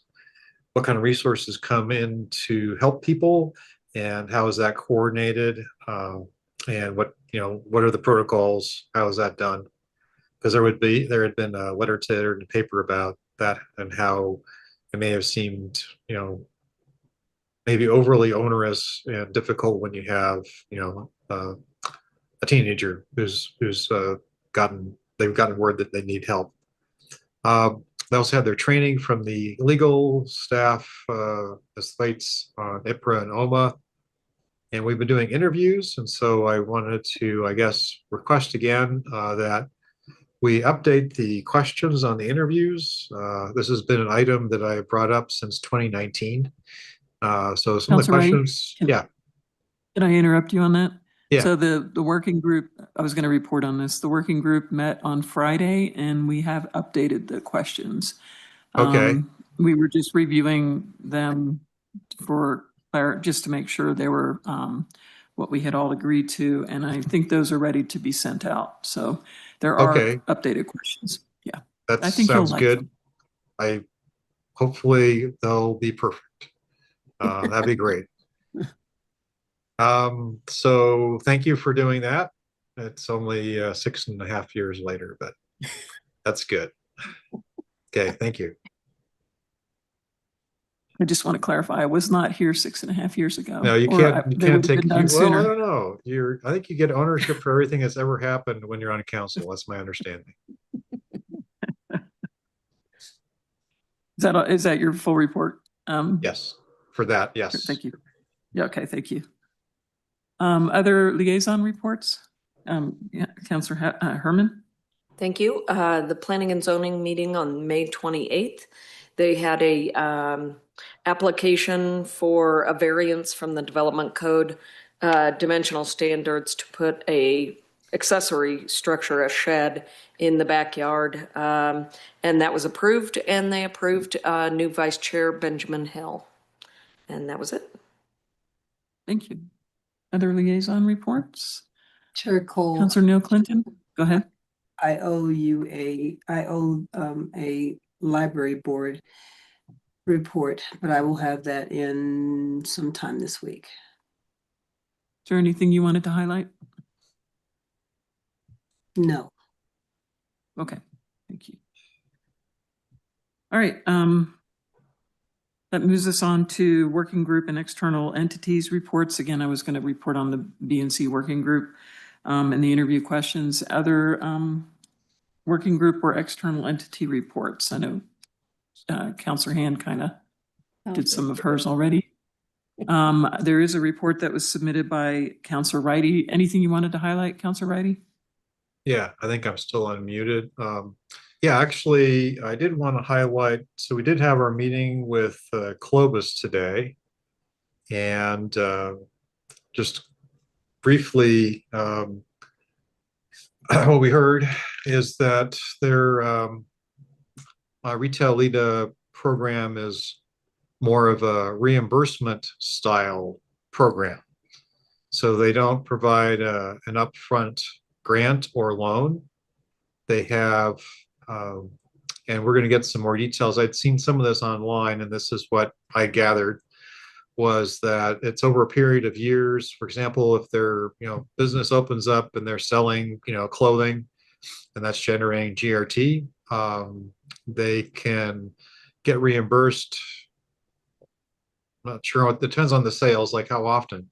But I think that it was actually maybe quarterly. So quarterly they get reimbursed by the city of Clovis for GRT, the share of GRT that would have been, that's their share.